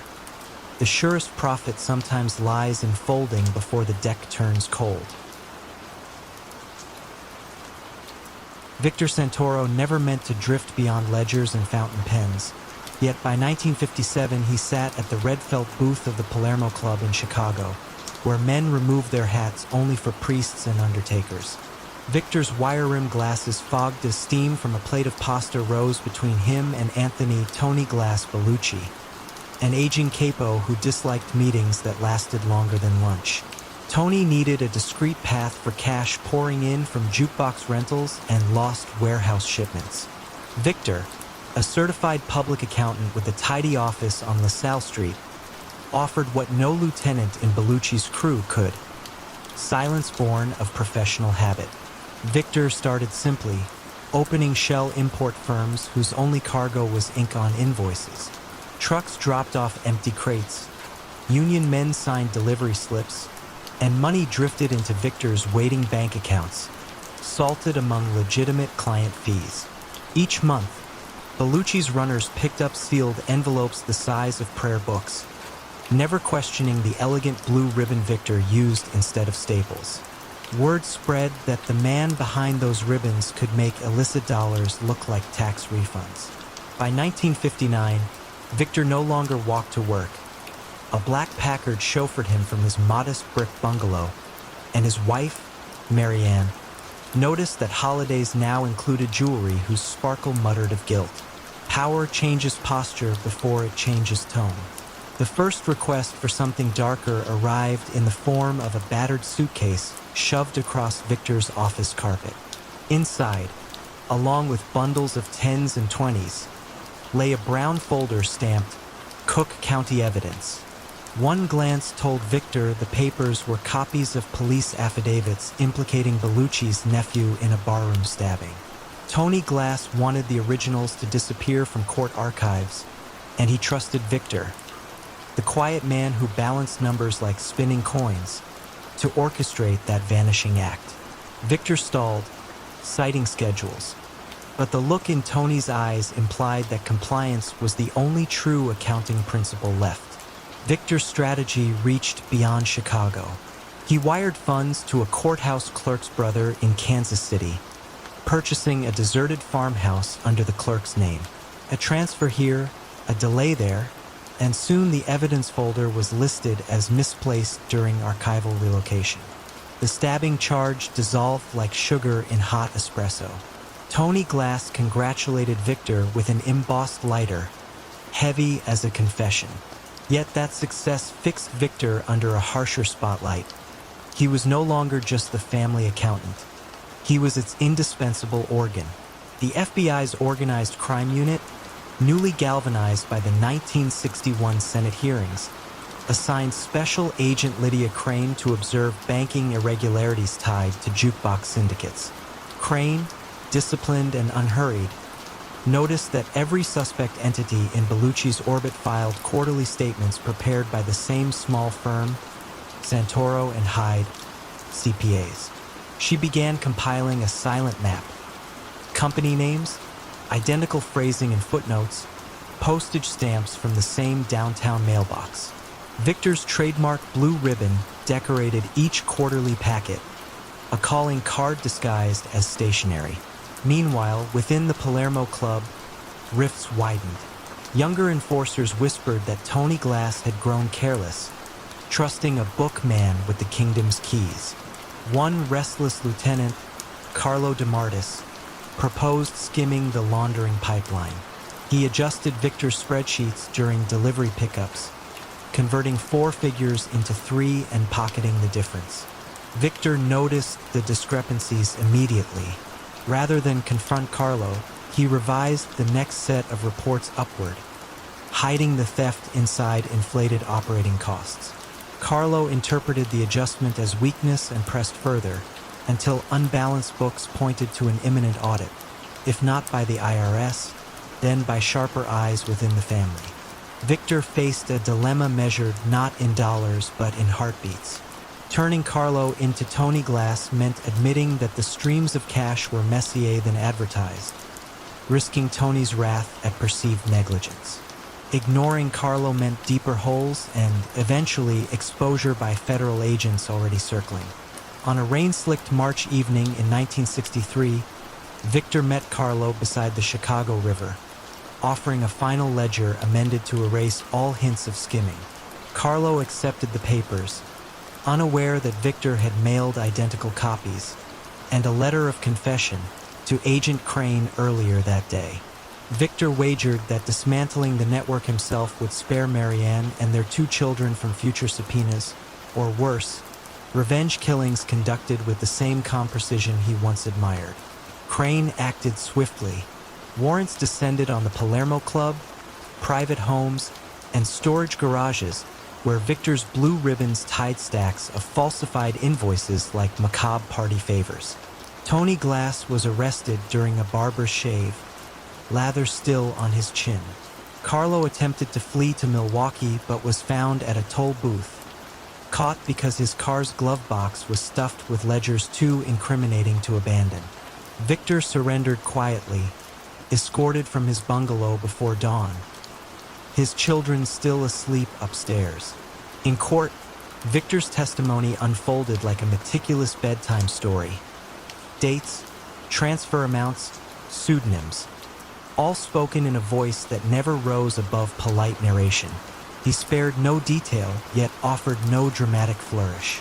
Tony Glass received 20 years, Carlo 15. Several judges resigned under investigation. Victor, sentenced to 5, served 3 at a minimum security facility where he taught bookkeeping to other inmates. Upon release, he relocated under a witness protection alias, managing finances for a chain of rural libraries whose budgets rested safely in the daylight. The legend of the accountant who ran a crime family lingers in Chicago as a whisper.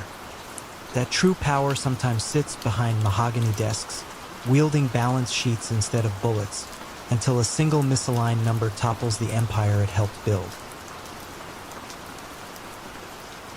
When Dominic Pirelli opened Azure Bloom on Chicago's West Madison Street in 1949, neighbors saw only a mild-mannered widower pruning hydrangeas beneath a striped awning. Dominic's white apron, always immaculate, distracted from the fact that he had once kept the books for the Gaetano crew during the latter days of Prohibition. He promised himself retirement would smell like fresh lilies and eucalyptus, not cordite. Yet habits learned in the back rooms of speakeasies rarely wither. They simply choose new soil. Dominic's true gift lay in logistics. Flowers arrive early, spoil quickly, and must be routed with precision. Skills uncannily similar to moving cash. By 1952, Azure Bloom had become the preferred supplier for weddings, funerals, and political banquets. Every order paid in crumpled banknotes delivered by runners who never asked for a receipt. Regulars thought nothing of it. Such was the neighborhood's rhythm. Dominic bundled the money with floral invoices, deposited it as event revenue, and split the proceeds between distributors that existed only on paper.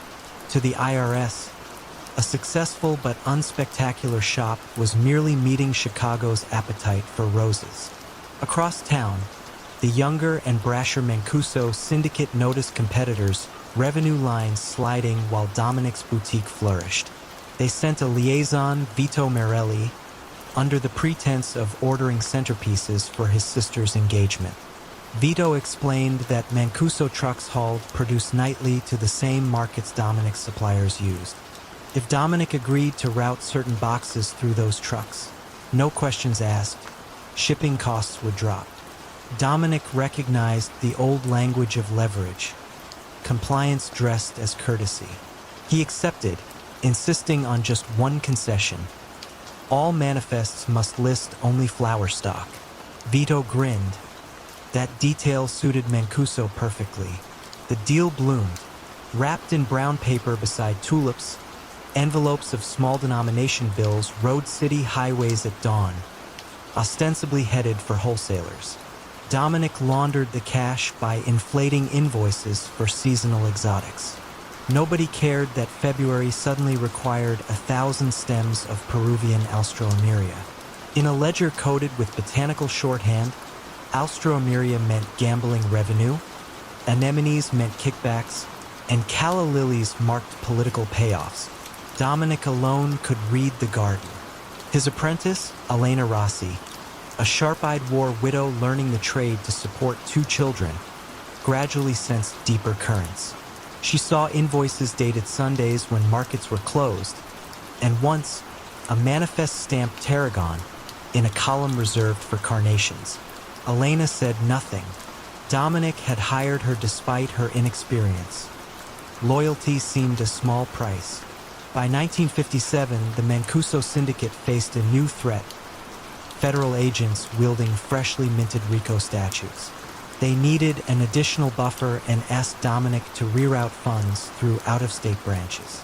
The florist cautioned that wider routes draw harsher weather, but Vito pressed, hinting that refusal might invite unpleasant pruning. Dominic, feeling the old vice of obligation, complied. The expanded network required numbered accounts in Des Moines and St. Louis, each registered to shell importers of horticultural tools.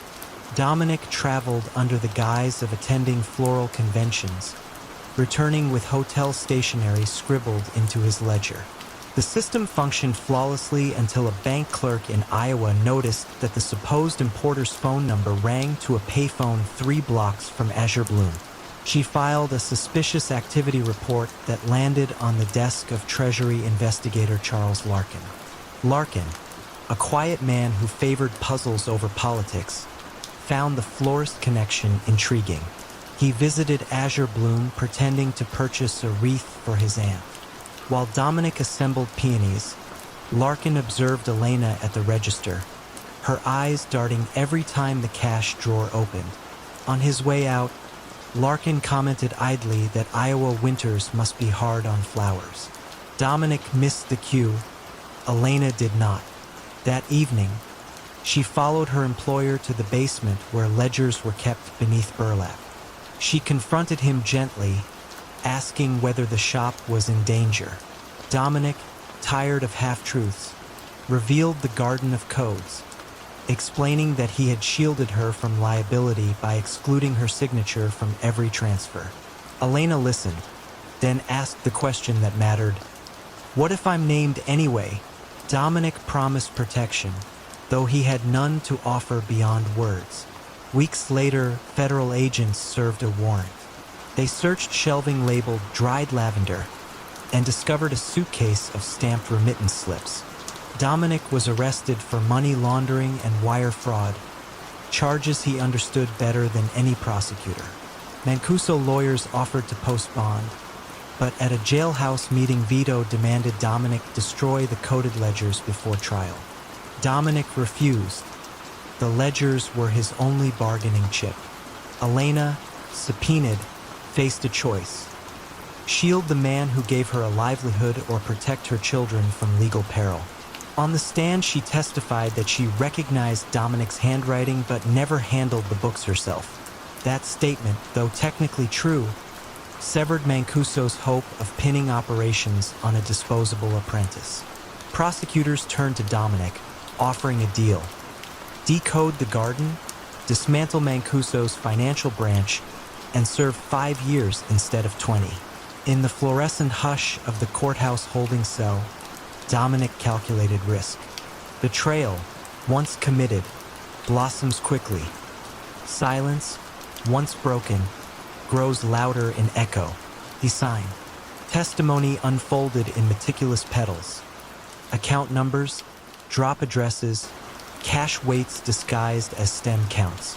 Vito Morelli and 3 Mancuso capos were indicted. Dominic received 6 years at Leavenworth, reduced for cooperation. Azure Bloom shut its doors.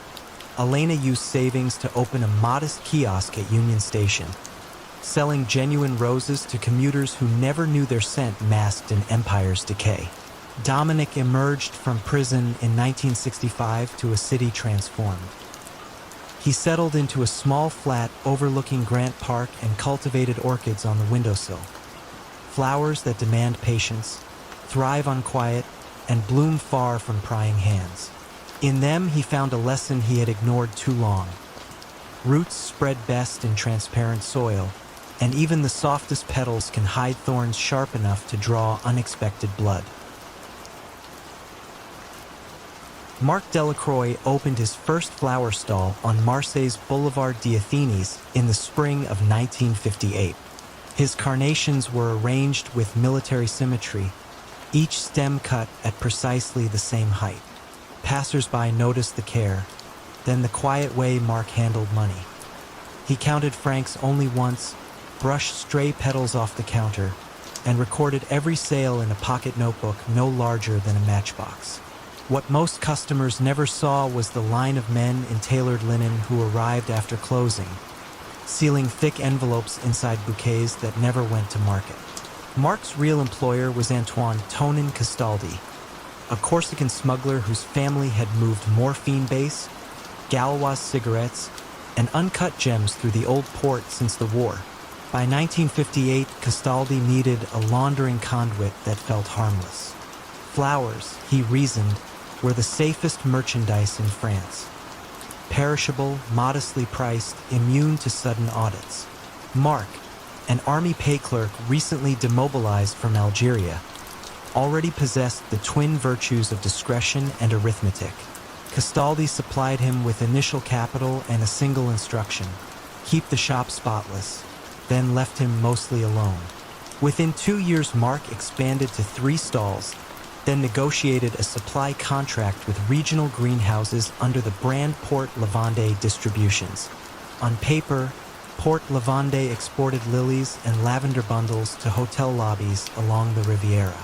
In practice, the trucks carried sealed tins of morphine under false floorboards, invoiced as floral preservatives.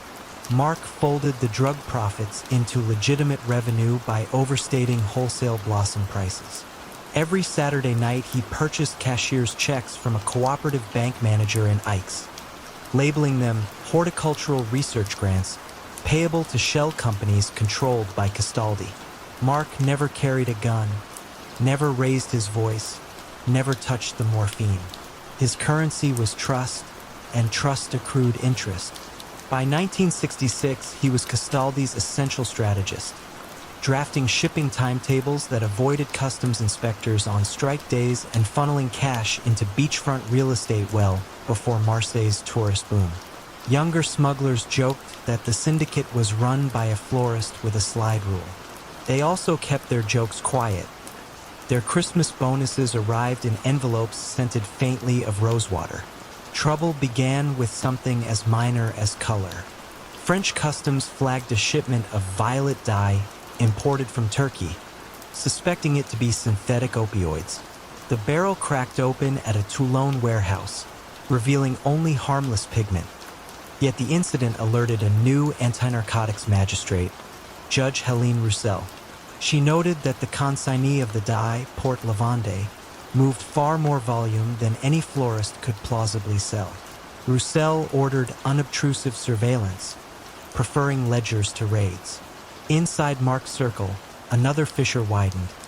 Castaldi's eldest son, Julian, believed the organization's caution bred stagnation. Cocaine from South America, he argued, promised margins dwarfing morphines.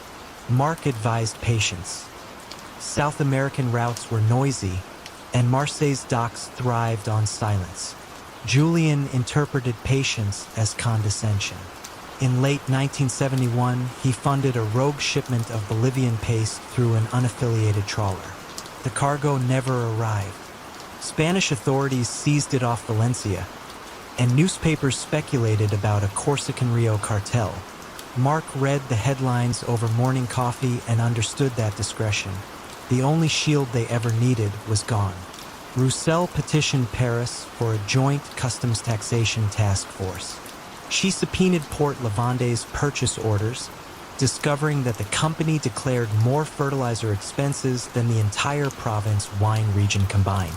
Still, hard proof eluded her until an underpaid greenhouse foreman, angered by a late payment, approached police with receipts showing he provided only half the blooms Mark claimed. The discrepancy was small but repeatable, a breadcrumb trail of inflated invoices stretching back a decade.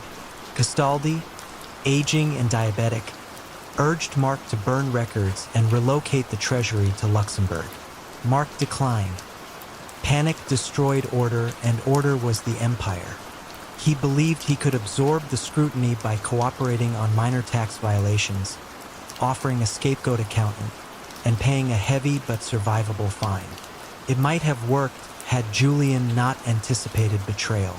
Convinced Mark planned to sacrifice the family to save himself, Julian visited Roussel unannounced, delivering photocopies of internal memos that detailed the morphine tins, the hidden floorboards, the cashier's checks. In exchange, he requested prosecutorial immunity for his father and a reduced sentence for himself. On a windless October dawn in 1974, police vans encircled Port Lavende's distribution warehouse near the docks. Officers expected resistance. Instead, they found rows of chrysanthemums cooling under mist sprayers and Mark seated at a steel desk, reconciling freight invoices with a red pencil. The trial was deliberate rather than sensational. Roussel kept cameras to a minimum, preferring that jurors absorb spreadsheets instead of drama.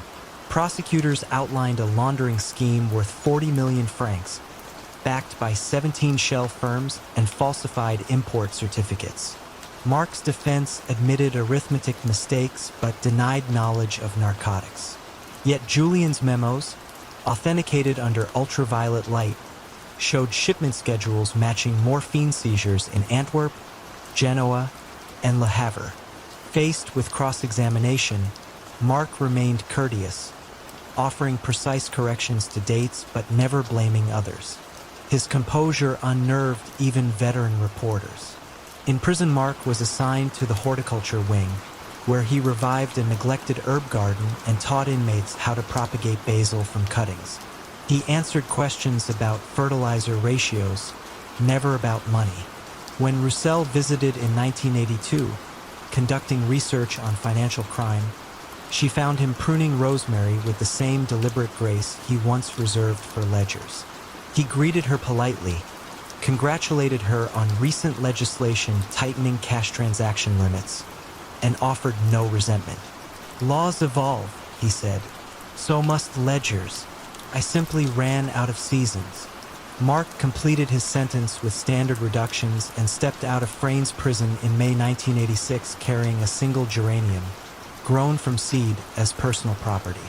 The dockyards of Marseille had changed. Container cranes replaced fishing smacks, and no one remembered Port Lavende beyond a faint story about flowers that funded shadows. Mark rented a studio above a bakery, tending window boxes of thyme and mint. He lived quietly, giving advice to neighborhood gardeners, and declined every interview request. By the time he died in 1998, the morphine routes he once shaped had long been absorbed by louder, rougher syndicates. Yet financial crime seminars across Europe still cited Operation Petal as the textbook marriage of elegance and illegality. Proof that a florist's obsession with precision could perfume criminal cash, until a single bruised stem revealed the entire bouquet. Louis Lou Martel arrived in London in the winter of 1972 with a single suitcase and a letter of introduction to a modest tailoring shop on Caledonian Road. To most passers-by, Martel looked like another French artisan chasing Seville Row dreams, pinning chalk lines across worsted wool and murmuring polite sailez-vous plates. Yet in the back room, beneath a ceiling stained by decades of steam, lay the reason he had crossed the channel. A small ledger inscribed with coded initials, delivery dates, and quietly astronomical sums. The owner, Conrad Doyle, had spent years stitching bespoke suits for judges, cabinet aides, and lesser royals, all while nursing a ruinous gambling habit. When Doyle's debts reached the sort of men who collect with whispers instead of writs, Martel's name surfaced, not as a fixer with fists, but as a strategist who could convert debt into opportunity. Martel proposed a partnership: keep the shop afloat, expand fittings to late-night hours, and add an exclusive service for clients who required privacy. Doyle, cornered, agreed. Within 6 months, Martel held a controlling share and Doyle found himself a silent partner in his own storefront. Martel's genius was subtlety. The clientele never saw loans or threats. They saw polished wooden wardrobes, discreet side entrances, and a tailor who listened. While measuring inseams, Martel collected confessions. A banker mentioning unreported Swiss assets, a junior minister hinting at a weekend cottage paid for in cash, an embassy attaché whose afternoon rendezvous required unmarked cars. Martel cataloged each indiscretion in neat, slanted script. The ledger grew. Its pages were insurance, leverage, currency all at once. To launder the payments funneled through this new concierge service, Martel purchased an aging dry cleaning plant in Enfield. Invoices listed improbable orders, hundreds of ceremonial uniforms for overseas pageants that no inspector bothered to trace. Profits flowed back through the tailoring shop as alterations revenue, taxed, modest, respectable. By 1978, Martel owned 2 adjacent buildings and dined at Claridge's with men who preferred to enter through the kitchen.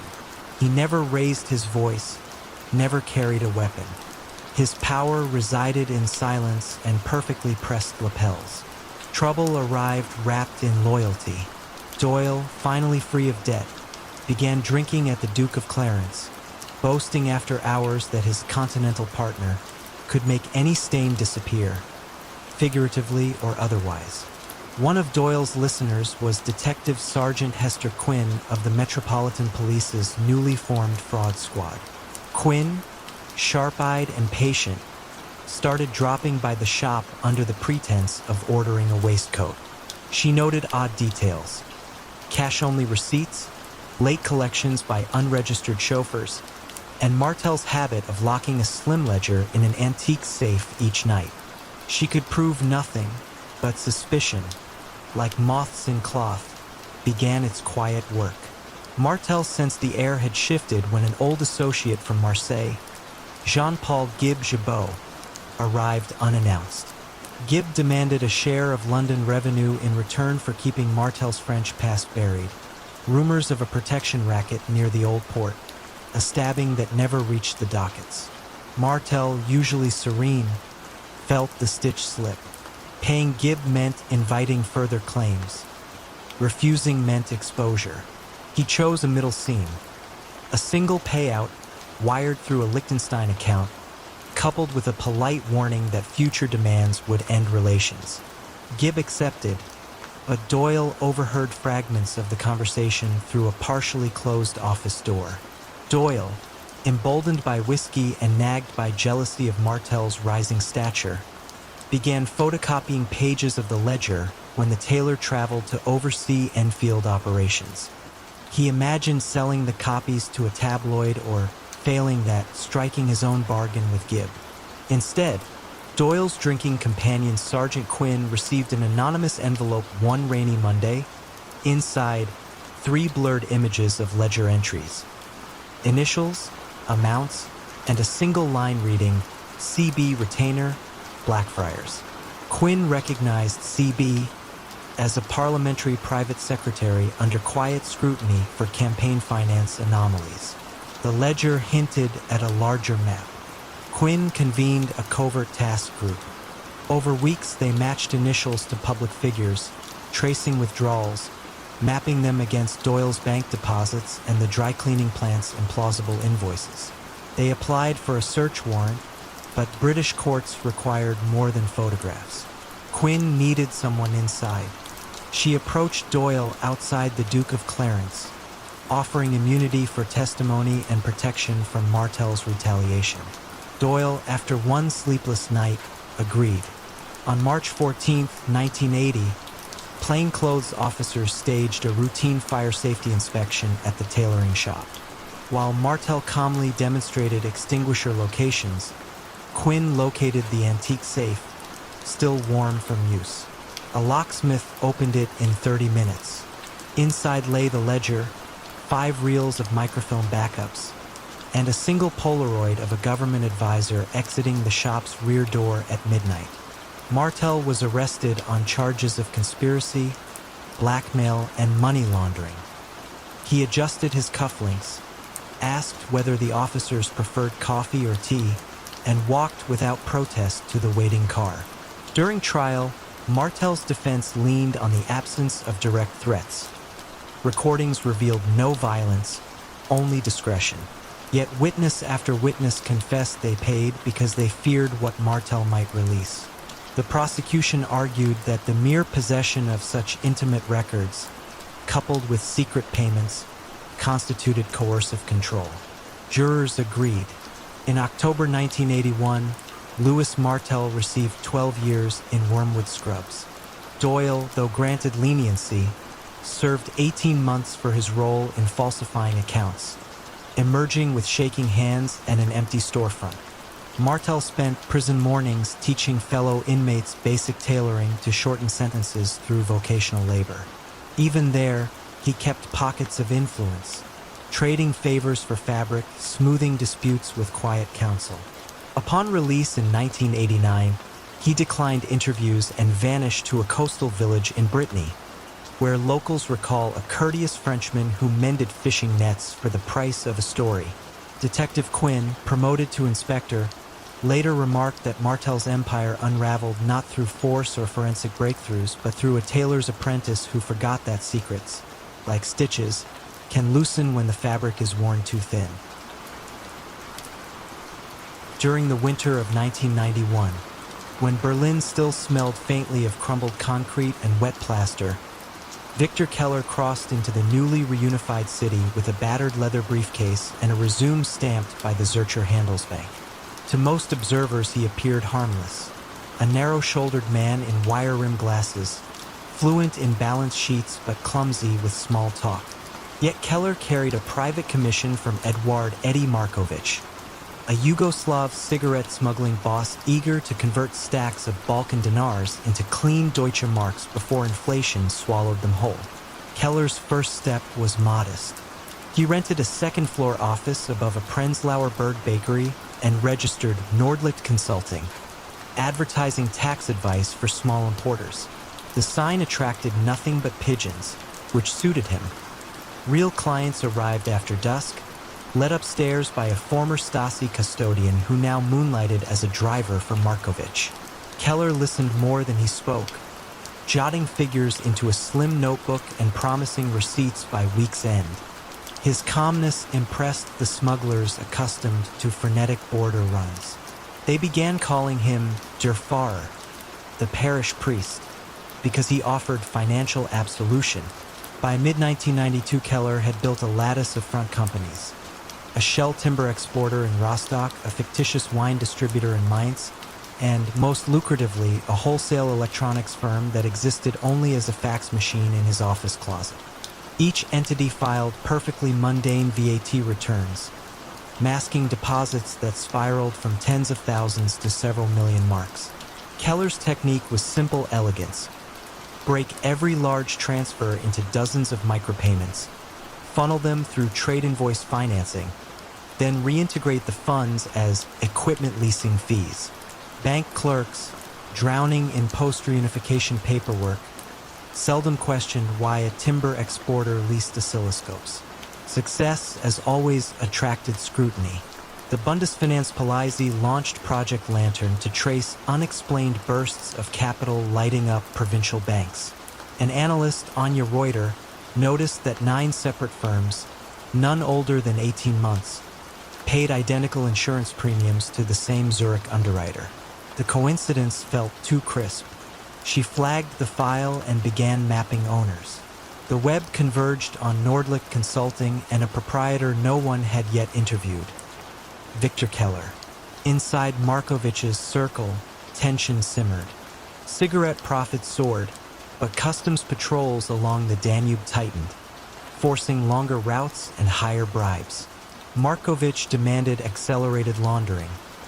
Keller asked for patience, warning that haste breeds patterns. The smuggler's lieutenant, Dražen Petrovich, saw weakness in caution. He argued that Keller skimmed percentages by slowing transfers, a theory that gained traction among drivers waiting weeks to receive their shares. Markovich, torn between greed and trust, summoned Keller to a riverside restaurant in Kreuzberg. Over skewered lamb and peppery slivovitz, Markovich posed a single question. If the police knock tomorrow, how clean are we? Keller, folding his napkin with surgical precision, replied that every transaction could withstand a standard audit, provided no one volunteered extra information. The answer satisfied the boss, but not Petrovich, whose glare carved a silent threat across the tablecloth. 2 months later, Reuter obtained authority to perform soft interviews. She chose a quiet approach, posing as a trade journal reporter curious about post-war entrepreneurship. Climbing the narrow stairs to Nordlicht, she found Keller adjusting a desk lamp. Her questions about export financing elicited courteous, measured replies. Yet twice she thought she saw his pen pause at names she hadn't offered. She left with little more than polite quotations, but the encounter confirmed her instinct. This man expected inquiry. Petrovich, meanwhile, decided to force acceleration. Without informing Keller, he rerouted a convoy of contraband cigarettes through Poland and parked the cash, 1.8 million marks, in the Rostock Shell's account over 1 weekend. The lump shattered Keller's pattern of small, rhythmic deposits. When he logged into the remote terminal Monday morning, the figure blinked like a hazard light. He phoned Markovich immediately, urging withdrawal and refiltration. Petrovich intercepted the call, assuring him that the boss approved. Keller suspected otherwise, but had no leverage. The banking anomaly triggered Lantern's automated alert. Reuter secured a full warrant the same afternoon and, with 2 detectives, visited Nordlicht at dawn. They arrived to find ledgers boxed and ready for shredding, yet still on site. A sign the owner had planned an orderly exit, not a frantic escape. Keller invited them in, offered weak coffee, and listened while Reuter itemized discrepancies. When she finished, he requested 15 minutes to call a lawyer. Instead, he phoned Markovich's private line. Petrovich answered, claimed the boss was unavailable, and suggested Keller stay calm. The dial tone that followed felt like a verdict. Facing isolation, Keller weighed probabilities with accountant precision. Cooperation promised leniency. Silence offered loyalty to men who valued convenience over gratitude. He opened his briefcase, removed the slim notebook, and placed it on Reuter's side of the desk. "These are the master accounts," he said, voice even. "In exchange, I want witness protection in Switzerland and a guarantee my family joins me." Reuter consulted the detectives, then nodded. The subsequent statement ran 40 pages, detailing shell structures, courier schedules, and offshore passcodes. It culminated with the revelation that the Rostock deposit lacked Markovich's authorization, proof of internal fracture. Police raids rippled across Berlin and Vienna. Markovich fled toward the Adriatic but was arrested at a Slovenian toll barrier, a suitcase of mixed currencies on the passenger seat. Petrovich vanished for 6 weeks before turning up in Bratislava, where local officers found him living under a poorly forged Croatian passport. Extradition followed. So did indictments for money laundering and customs fraud. At trial, Keller testified in measured German, unspooling the quiet arithmetic of crime. The court sentenced Markovich to 14 years, Petrovich to 8. Keller received a suspended term and immediate relocation. Rumors placed him in a modest lakeside town near Lucerne, where he worked as an accountant for a nonprofit that restored alpine footpaths. Locals described him as punctual, reserved, fond of long walks at dusk. Berlin moved on, cranes stitching new skylines above old scars. Project Lantern became a model for financial forensics curricula, its first case a lesson in how one abrupt deposit can extinguish the dim light of secrecy. And somewhere in Switzerland, a former banker still balanced columns, aware that the cleanest books are those that never invite a second glance, yet equally aware that even pristine numbers cannot erase the memory of what they once concealed. Victor Vic Mancini first appeared on the ledgers of Manhattan in 1958 as nothing more than a junior bookkeeper at a modest import firm on Mulberry Street. His desk, always tidy, sat beneath a faulty fluorescent bulb that hummed like a distant wasp. While other clerks cracked jokes over coffee, Victor mastered columns, percentages, and loopholes, discovering how numbers, shuffled quietly, could erase burdens or conjure wealth from thin air. In those silent discoveries, a seed of power took root. By 1963, the import firm was a facade for the Lombardi outfit, a mid-sized crime family fighting for space against larger syndicates. Salvatore Lombardi, its cigar-voiced patriarch, disliked courtroom drama and bloody headlines. He wanted revenue that stayed invisible. Word traveled about the young accountant who could balance anything. One late November night, Lombardi invited Victor to a private supper above a shuttered cafe in Little Italy. They discussed tax brackets over marinara, and by dessert Victor controlled every ledger the outfit owned. Taverns, vending routes, coin laundries, even a trucking cooperative out in Jersey. The arrangement looked legitimate, smelled legitimate, and, thanks to Victor's intricate layering, paid almost nothing in tax. Victor's rise was silent but swift. He never fired a gun, never raised his voice, rarely left a paper trail in his own name. Instead, he invented shell distributors, each no more than a rented mailbox in Delaware, funneled cash through them, and reinvested it into real estate under yet another chain of holding companies. By the early 70s, Lombardi's men felt untouchable. The outfit declared fewer than 2% of its true income and still sailed past IRS audits. Agents saw only spotless binders that Victor produced on request, complete with forged vendor receipts aged by coffee stains and smudged thumbprints for authenticity. But power has gravity, and even invisible empires cast shadows. In 1976, the outfit muscled into a mid-Atlantic garbage haul contract controlled by the rival Cavallo family. Trucks were torched, threats whispered. Salvatore Lombardi trusted Victor to cool tensions, not with force, but with numbers. Victor proposed a joint holding company that promised everyone a slice, burying ownership under layers too complex to unravel quickly. The truce held, yet inside the truce, resentment fermented, especially among Lombardi foot soldiers accustomed to more direct solutions. They muttered that the bookkeeper had traded fear for fractions. The FBI's organized crime task force, meanwhile, noticed an anomaly. A small Brooklyn deli, owned on paper by a bedridden aunt of Victor's, seemed to clear 5 times the revenue of comparable shops. Special Agent Lenora Graves suspected a laundering valve. For 2 years, she gathered bank records, subpoenaed utilities, and quietly interviewed flour suppliers who swore the deli purchased far less bread than its claimed sandwich output suggested. Each breadcrumb pointed to Victor, though never conclusively. He remained a name at the bottom of shell documents, always insulated by another entity or a deceased relative. Pressure inside the outfit grew after Salvatore Lombardi died of a stroke in 1981. His hot-headed nephew Benny "Brass" Lombardi inherited leadership and saw spreadsheets as cowardice. Benny ordered a return to visible muscle, hijackings, and strong-arm tactics, actions that sprayed attention everywhere Victor had spent 20 years deflecting it. The accountant cautioned him at a closed-door meeting. Overt violence would invite RICO indictments, and RICO, unlike the IRS, could treat the entire family as a single conspiracy. Benny scoffed. In that moment, Victor realized he had become more custodian than partner, necessary yet disposable. Agent Graves sensed the shift.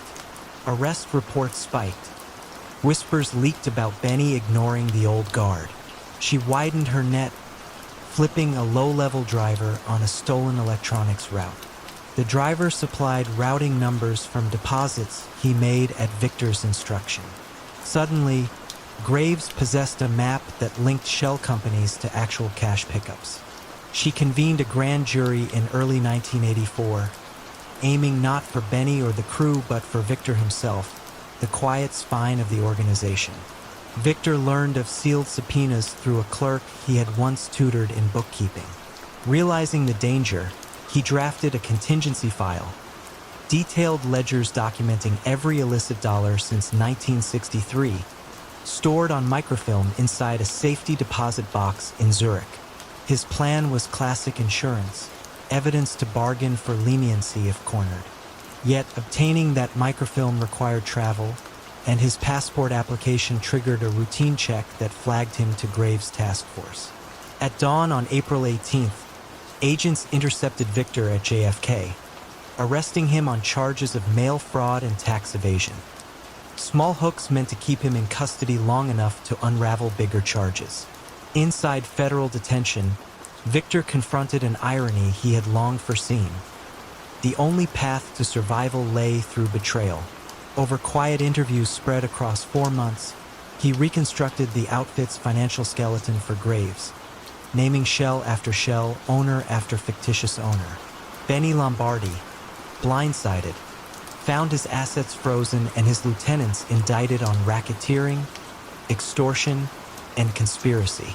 Court transcripts later revealed that Victor's testimony added a precision prosecutors rarely enjoyed: dates, account numbers, coded annotations explained in calm, almost professorial tones that jurors found hypnotic.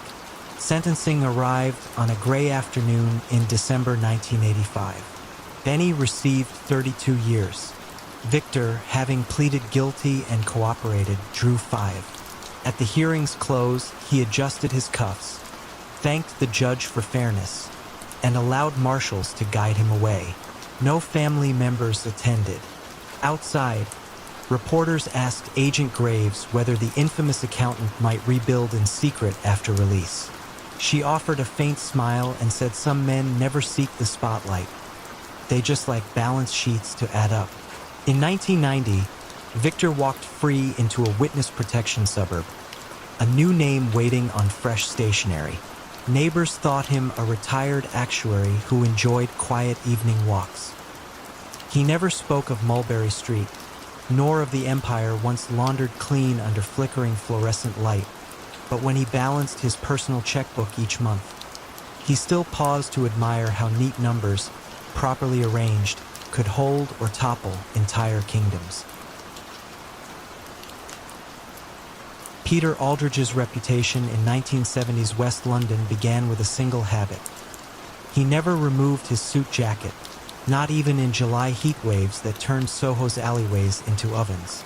A charcoal three-piece and a dove-gray silk tie marked him as a gentleman, and that image was essential to his quiet ascension from corner bookmaker to the secret banker of London's backroom gambling scene. He started small in 1969, renting a smoke-stained shop on Barrack Street where punters placed off-track wagers on horse races at Goodwood and Ascot. Officially, Peter logged only modest bets and paid taxes like any honest turf accountant. Unofficially, he ran evening sheets after normal hours, recording high-stakes slips for club owners and crooked stockbrokers who preferred their vices unregistered. Because Peter kept wagers in neat ledgers, settled promptly, and spoke in measured tones, word spread that his shop was safer than the racetracks themselves. Within 3 years, the cash flow dwarfed legal takings. Peter needed a laundromat for bank deposits, so he purchased Harrington and Rowe, a struggling Seville Rowe tailor. The front windows displayed handcrafted jackets. The upstairs cutting room became a staging area where stacks of betting cash were pressed flat beneath suit irons, wrapped in tissue, and labeled fabric advances. Each Friday, rolls of notes traveled in garment bags to cooperating banks in Jersey, then returned as legitimate invoices for exported tweed. The system was elegant, silent, and perversely British. Peter's circle expanded to include nightclub proprietor Diane Keane, whose basement casino accepted chips denominated in sterling. Diane admired Peter's restraint. He drank weak tea while others gulped whiskey, and introduced him to affluent clients. One was Clive C.J. Jameson, a disgraced equities trader barred from the city after an insider dealing scandal. Clive wanted redemption, or at least fresh income. Peter saw utility in the man's financial savvy and mild desperation. He offered Clive a minority stake in Harrington and Row on 3 conditions: never question the cash, never gamble in Diane's club, and never wear loud colors. Optics mattered. For a while, the alliance thrived. Clive developed new customer lists, Diane steered baccarat profits to Peter's ledgers, and Seville Row tailors stitched suits for rock stars who paid half with publicity and half with bundles of untraceable notes. Peter's calm authority held the structure together, his soft voice the metronome of trust. Trouble arrived in 1977 with the formation of Britain's Gaming Board Fraud Unit, tasked with auditing unlicensed casinos. A junior investigator named Malcolm Reed fixated on Diane's club after noticing irregular electricity usage, record high consumption between 2 a.m. and 4 a.m. on weekdays. Reed's preliminary raids netted only minor infractions, but he filed a report suggesting that an unseen financier controlled the club's balance sheets. That line drew Clive's eye when, through an acquaintance at Lloyd's, he acquired a leaked copy of the report. Clive panicked. Years of navigating market scandals had left him allergic to regulators. He urged Peter to halt laundering immediately and pivot to fully legal tailoring.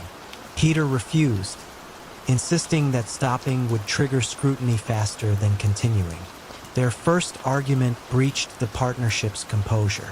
Clive, perspiring, muttered an ultimatum: buy him out or face exposure.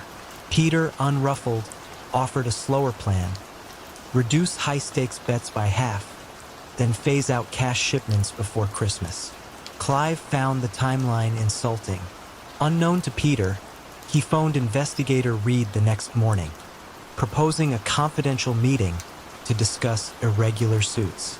Reed, intrigued by the offer, suggested a discreet rendezvous at Paddington Station, a place where businessmen blended with commuters.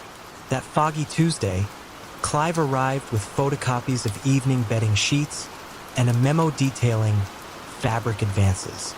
In exchange, he wanted immunity and protection.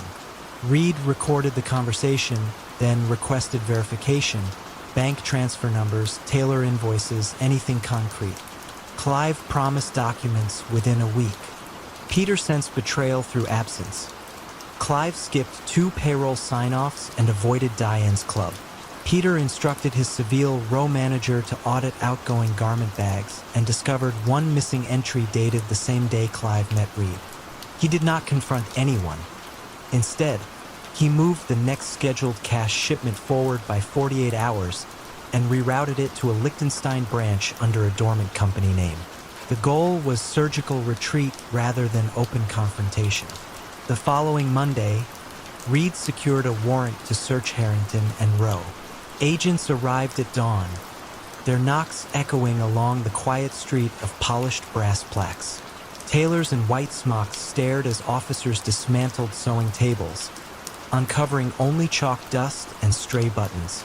The upstairs cutting room was pristine. Iron still warm, but no cash, no ledgers. Reed's frustration deepened when Peter produced flawless export records and VAT returns. "We sell suits, Inspector," he said gently. "Not secrets." Reed's last card was Clive. He placed the informant under formal protection and pushed for an arrest warrant based on Clive's testimony. Yet the Crown Prosecution Service balked. Without physical evidence, one disgraced traitor's word was a shaky foundation. Peter remained a free man. Diane's club paid back taxes and reopened under stricter licensing. The fraud unit quietly reassigned Reed to a different division. Clive, ostracized and without the immunity he thought guaranteed, left London for Majorca, where he attempted real estate brokering but found few partners willing to trust him. Rumors said he spent nights in beachside bars explaining how a tailor's iron could flatten fortunes. Peter, meanwhile, closed the Barrack Street bookshop and refocused on bespoke tailoring. Demand for his suits remained brisk among politicians and actors who valued discretion stitched into every scene. He no longer ran evening sheets, preferring dividend checks from Liechtenstein that arrived with clockwork regularity. Sometimes, when measuring clients, he would adjust a lapel and remark, "The cut hides more than you think," a line delivered with the faintest smile. A reminder that the silence of Silk can muffle almost any confession, provided one never removes the jacket. Patrick "Paddy" Malloy began hauling crates along Boston's Commonwealth Pier in 1948. A 19-year-old with shoulders broad enough to hoist 2 barrels at once and a habit of counting every step between the cargo hold and the gangplank. Older dockhands teased him for tallying pallets under his breath, but the habit drew other eyes. Within 6 months, George Reardon, an amiable union steward known for settling disputes with envelopes rather than fists, asked Paddy to keep a second set of figures, ones that never reached the shipping office. The task was deceptively small. Each week, Paddy noted how many cartons of Canadian whiskey truly left the pier and how many appeared on the manifest. The gap, traced through a modest notebook, funded nightclubs from Southey to the North End. Paddy's pay rose. His mother's rent disappeared. Nobody missed the extra crates because Reardon greased the customs clerks with cigars and season tickets to Fenway. In 1953, the arrangement matured. Reardon, freshly promoted to treasurer of Local 612, discovered that Paddy's knack for numbers matched his steady hands with a ledger. He invited him to a smoke-hazed back office above Kelly's bar. There, Reardon spread insurance forms, pension vouchers, and a thin envelope of dues marked discretionary. He explained that union coffers could grow faster if temporary loans flowed to a silent partner, Graham "Grim" Donnelly, a bookmaker who bankrolled waterfront taverns. Paddy would convert 10% of every dues batch into cashier's checks, purchasing non-existent safety equipment for ships already decommissioned. The checks landed in Donnelly's betting parlors, washed among legitimate bar receipts, then re-emerged as interest paid back to Local 612. Everyone, Reardon assured him, won. Paddy agreed on one condition: no strong-arm tactics on the pier. He believed that a clean routine, cranes lifting at dawn, ledgers balanced by dusk, kept suspicion low. Reardon laughed softly, toasted the principal with a glass of rye, and handed Paddy a brass key to the office safe. Through the late 50s, Boston's harbor thrummed with cranes, and Paddy's scheme slipped among them like tidewater. Dockworkers received regular raises. Widows collected pensions on time. Reardon built a lakeside cottage while Donnelly sponsored boxing matches that drew crowds too busy cheering to question financing. Even the Coast Guard captain who shared rounds at Kelly's praised the union's orderly records. Trouble drifted in on a foggy November morning in 1961, when containerization reached the Atlantic coast. Metal boxes replaced burlap sacks, computer punch cards replaced handwritten manifests, and the gap between real cargo and paperwork narrowed. Donnelly pushed Paddy to accelerate laundering before machines made skimming obsolete. Paddy resisted, arguing that sudden surges in equipment invoices would shout louder than a tugboat horn. Reardon sided with Donnelly, assuring Paddy that auditors still trusted ink more than magnetic tape. While the men debated, A quiet observer studied them. Special Agent Nora Whitlock of the Treasury Department's newly formed Strike Investigative Unit. Whitlock had grown up in Charlestown, daughter of a dock worker who died from an unfiled injury claim. She specialized in following money through labor funds, tracing pension checks that seemed heavier than actuarial tables predicted. A whistleblower, a junior clerk denied a promised promotion, handed her photocopies of local 612 invoices for lifeboat upgrades billed to phantom vessels. Whitlock mapped donor addresses, discovering they matched Donnelly's betting shops. She began visiting the pier under the guise of researching workplace safety. Patty noticed the young woman in a camel hair coat asking longshoremen about new life vests no one had seen. He felt, for the first time in years, a stitch of unease in the harbor air. Reardon shrugged off Patty's worry. Auditors loved paperwork. Local 612 had mountains of it. Yet Patty knew that numbers, like ropes, fray if pulled too taut. He revisited the office safe, reread notebooks spanning 13 years, and realized each entry, every loan, every fictitious upgrade, created a trail exact enough for any determined tracker. Donnelly offered a blunt solution. Burn the ledgers, move operations to Newark, and let the ocean swallow the past. Reardon hesitated. Fires attract fire marshals, and Newark docks carried their own predators. Patty proposed another path. Pause the laundering, await the shift to full container operations, then restart under new software too technical for Whitlock's unit. Donnelly dismissed the idea with a grin that showed gold molars. Days later, Patty entered the office to find the safe open, ledgers gone, and a faint smell of cigar smoke. Panic tightened his chest. Either Donnelly had taken the books to bury him, or Whitlock now possessed a confession in neat columns. That night, as freezing rain needled the pier, Patty skipped Kelly's and walked the seawall alone, weighing loyalty against survival. The choice was made for him. At dawn, federal agents, state troopers, and Whitlock herself stepped onto Commonwealth Pier with sealed warrants. They seized punch cards, pension files, and 2 crates of whiskey mislabeled gospel tracts. Reardon was escorted from Kelly's, coat half-buttoned, muttering that auditors had misunderstood patriotic donations. Donnelly was arrested in a Beacon Hill townhouse, still wearing his boxing-sponsored jacket. Patty did not resist. He unlocked the office drawer containing his final notebook, this one honest, and handed it to Whitlock. His cooperation trimmed his sentence to 4 years in a low-security prison near Springfield. Reardon received 8, Donnelly 10. Local 612 was placed under federal oversight. Pension checks kept flowing, though now every cent was audited twice.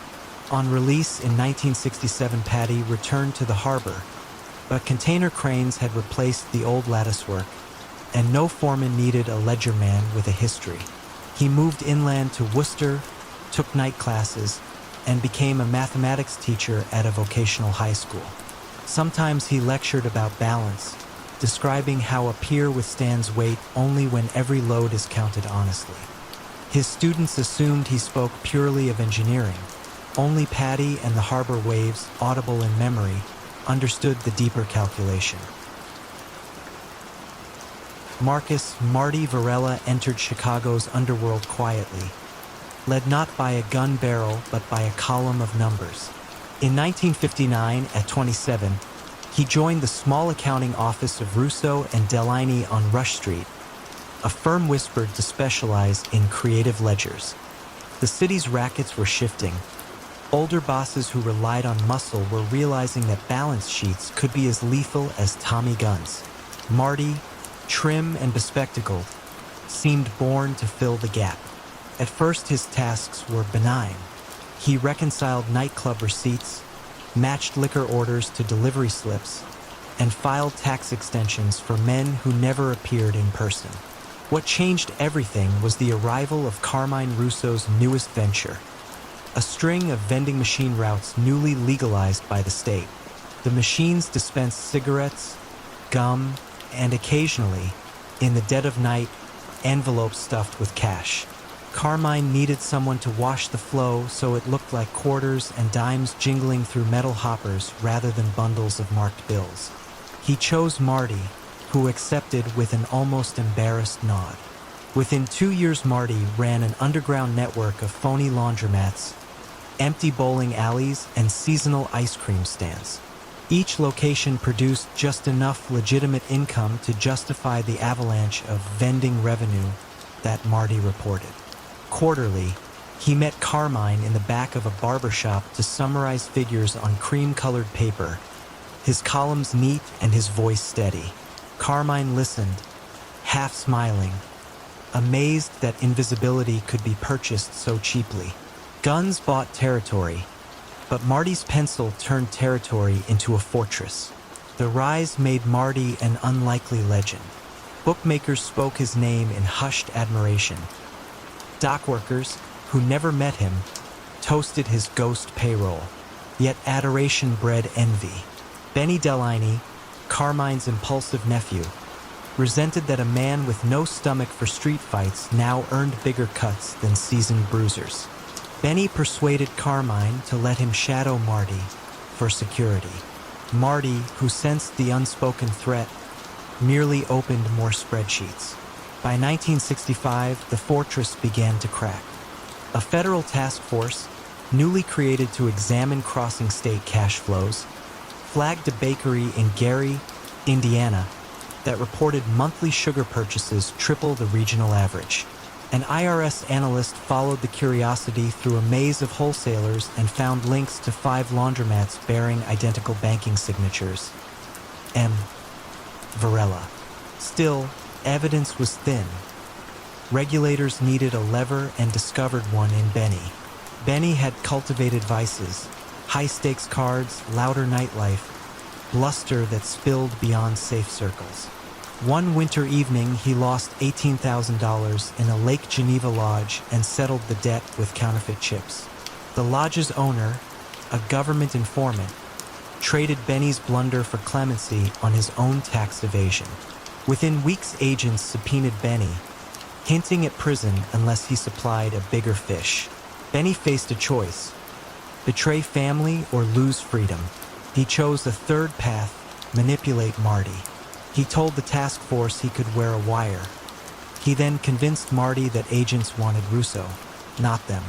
Just walk through the numbers like a normal audit, he insisted, and we'll bury them in details. Marty, trusting procedure over instinct, agreed. On April 2nd, 1966, inside the barbershop, he described every laundering circuit, each shell company, each courier schedule, speaking calmly while Benny's lapel transmitter hissed. Indictments landed fast. Carmine was arrested during a haircut. 6 Confederates followed. Marty, escorted from his suburban condominium, looked more disappointed than surprised. Federal prosecutors expected him to fold immediately, but interrogation revealed his true armor: meticulous documentation that doubled as leverage.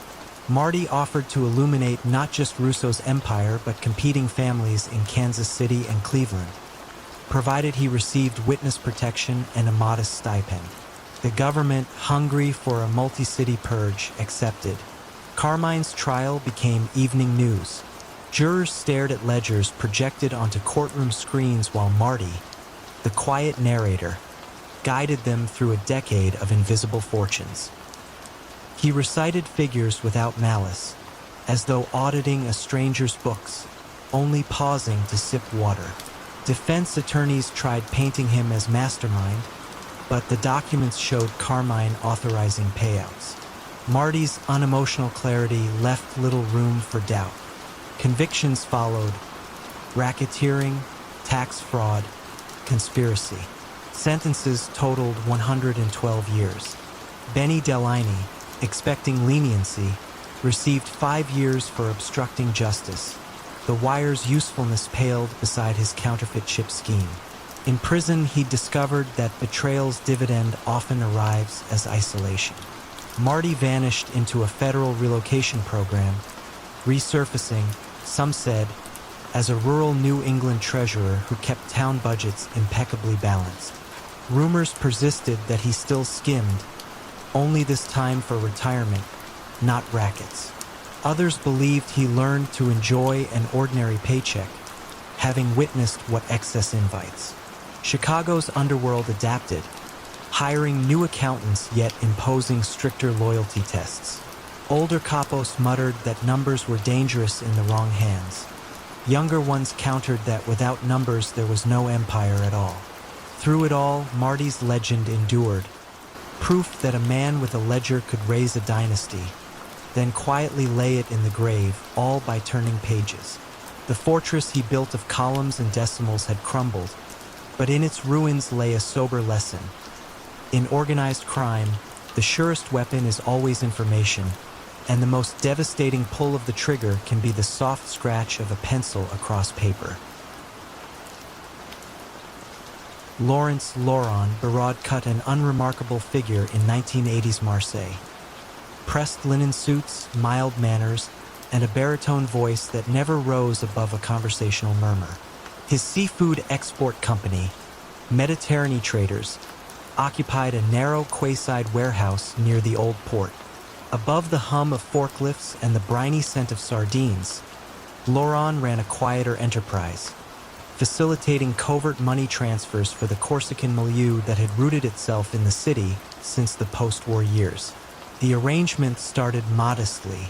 Corsican boss Antoine Paoli needed a channel to move gambling proceeds from Paris's clandestine baccarat rooms into Swiss accounts.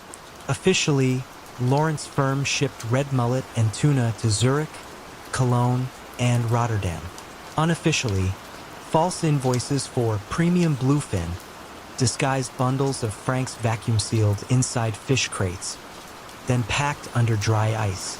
Lawrence's efficiency impressed Paoli, who rewarded him not with flamboyant gifts, but with protection contracts and predictable percentages. Loyalty seemed less a demand than a shared posture. Speak softly, move delicately, enrich each other. By 1986, Paoli's earnings soared, and Lawrence's warehouse became an indispensable junction.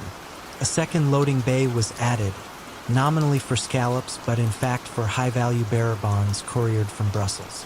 On paper, Mediterranean Traders ballooned from a regional exporter to the fourth-largest seafood concern in southern France. Customs agents who questioned the rapid growth received gift baskets of vintage Bandol wine and quiet assurances that the boom reflected rising Japanese sushi demand. Most accepted the explanation, a few logged suspicions in forgotten dossiers. Yet expansion bred friction. Paoli's nephew Emile, 30 and hungry for autonomy, believed Laurent was skimming elegance, subtracting discrete percentages before profits reached Corsica. Emile had never seen Laurent lose composure, and that calmness irked him the way steady rain irritates a leaky roof. He lobbied Paoli to audit the books. Paoli demurred, arguing that distrust would spook their golden goose. Emile simmered, then approached a different, more patient audience. France's newly formed Central Office for the Repression of Banditry, OCRB, whose mandate was to dismantle organized crime's financial circuitry. An OCRB lieutenant, Sonia Delmas, met Emile in a Montparnasse cafe under the pretext of selling diamonds. Emile, smelling leverage, offered ledgers and a future testimony, on one condition: immunity. Delmas accepted the handshake, aware that Paroli's promises could evaporate, but intrigued by the crack within Paoli's circle. Meanwhile, Laurent sensed a shift he could not yet name. Truck schedules arrived altered. Couriers requested unplanned overtime. Emile's calls became curt. Laurent responded by tightening procedures, new locks, staggered manifests, internal audits that revealed nothing overtly missing. Still, his instinct nagged. Years earlier, he had framed a poem above his desk. A trap's first sign is the silence that invites you forward. He began listening for that silence. On an overcast April dawn in 1988, 3 refrigerated lorries rolled through the port checkpoint, manifests citing 40 tons of turbot bound for Genoa. Inside the crates, OCRB agents found not fish but 76 million francs in shrink-wrap stacks. The drivers, low-level dock workers, surrendered without protest. Delmas's team seized shipping logs bearing Laurent's signature, then positioned unmarked cars outside Mediterranean traders. Laurent was supervising a pallet of genuine monkfish when sirens flared. Agents entered quietly, almost politely, reading warrants in measured tones. Workers stepped aside. Laurent offered no resistance, only asked to phone his accountant so the staff receives wages on time. In the interrogation suite, he remained courteous, confirming ownership of the warehouse, explaining the export routes, but denying knowledge of illicit cargo. Delmas slid photographs of the seized francs across the table. Laurent studied them as if reviewing a stranger's wedding album, then neatly folded his hands. What followed was a duel of patience. The OCRB lacked a direct confession. Laurent lacked certainty about who had betrayed him. 2 weeks into detention, Delmas revealed Émile's cooperation. A subtle tremor passed through Laurent's left eyelid, the only outward sign of impact. That evening, he requested a legal pad and composed a 16-page statement mapping Pauli's operations. Casinos in Auteuil, counterfeit perfume factories near Grasse, extortion rackets in Bastia. Each section included dates, account numbers, and intermediary names. The final paragraph stipulated relocation for his immediate family and a reduced sentence in exchange for testimony. Delmas, recognizing the breadth of the revelation, forwarded the offer to the Marseille prosecutor. Émile, assuming Laurent would maintain omerta, continued business, now positioning himself as his uncle's indispensable strategist. 3 months later, a synchronized sweep across southern France and Corsica arrested 23 associates, including Émile, on charges ranging from racketeering to customs fraud. Pauli, cornered in Ajaccio, surrendered after a tense phone call with his lawyer confirmed that Laurent's statement alone could bury him for decades. The empire, built on salted ice and sealed envelopes, thawed under fluorescent courtroom lights. In December 1989, Laurent stood in a paneled chamber layered with cigarette haze. He spoke quietly, almost apologetically, guiding judges through the anatomy of laundering hidden within export codes and freight tariffs. Pauli received 27 years, Émile 8. Laurent, honoring his agreement, was sentenced to 5 with parole eligible after 19 months for cooperation. Upon release, he disappeared into a witness protection suburb near Lyon, rumored to manage a small chain of legitimate fishmongers. Locals described him as polite, reserved, occasionally found reciting market prices as though calming himself with numbers. He no longer wore linen suits, yet kept the poem about traps framed above a modest desk. Marseille's port still bustled, cranes swinging over Mediterranean blue, but the old whispers carried less certainty. Loyalty, they realized, was neither bought nor sold. It was borrowed, fragile, and callable like a risky loan. And in the quiet between crashing waves and humming refrigeration units, one could almost hear the echo of that borrowed loyalty collapsing, first softly, then all at once. Frankie Lito began peddling groceries through Manhattan's Lower East Side in 1942, a thin teenager navigating streets slick with rain and wartime rationing. His easy grin and punctual arrivals impressed grocer Sal Puglisi, who also managed deliveries for a quieter clientele. Numbers racket collectors funneling wagers from tenement hallways to hidden counting rooms. One afternoon, Sal asked Frankie to swap lettuce crates for sealed manila envelopes and ride 5 extra blocks. The boy accepted, reasoning that an errand was an errand. Within months, the bicycle had become an unofficial badge of trust. Frankie's route lengthened from Orchard Street to Little Italy, then north toward Midtown pawn shops. He never opened the envelopes, never lingered near pickup windows, and never complained when schedules shifted at the last minute. His silence pleased Uncle Vince Conti, a mid-tier capo in the Gennaro crew who oversaw the city's lottery slips. Uncle Vince watched Frankie glide past pushcarts and, seeing potential in the courier's unassuming nature, offered him a modest weekly retainer and a used navy blue overcoat. Something less noticeable than that red wool thing. By 1947, Frankie was 22, still lean, still quick on two wheels, but now the trusted custodian of routes connecting barbershops, cigar stands, and basement social clubs. The job required punctuality and memory more than muscle. Each Monday, he received a folded map with freshly penciled arrows. By Friday, every arrow had to become a cleared debt. Uncle Vince paid bonuses in war bonds, explaining that legitimate paper made better padding than cash if anyone asked about sudden savings. Frankie framed the advice as gospel. Success invited complication.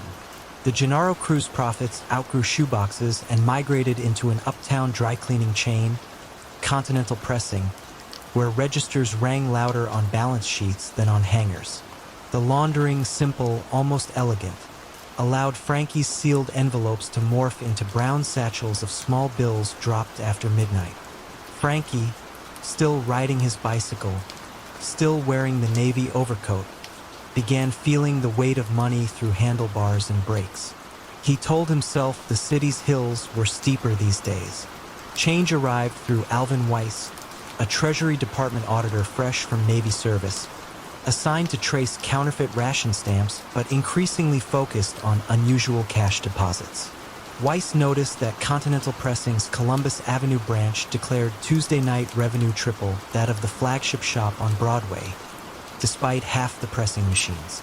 He drove past at closing time, expecting bustle, but saw only a lone attendant locking up and a young man leaning on a bicycle across the street, coat collar flipped against the wind.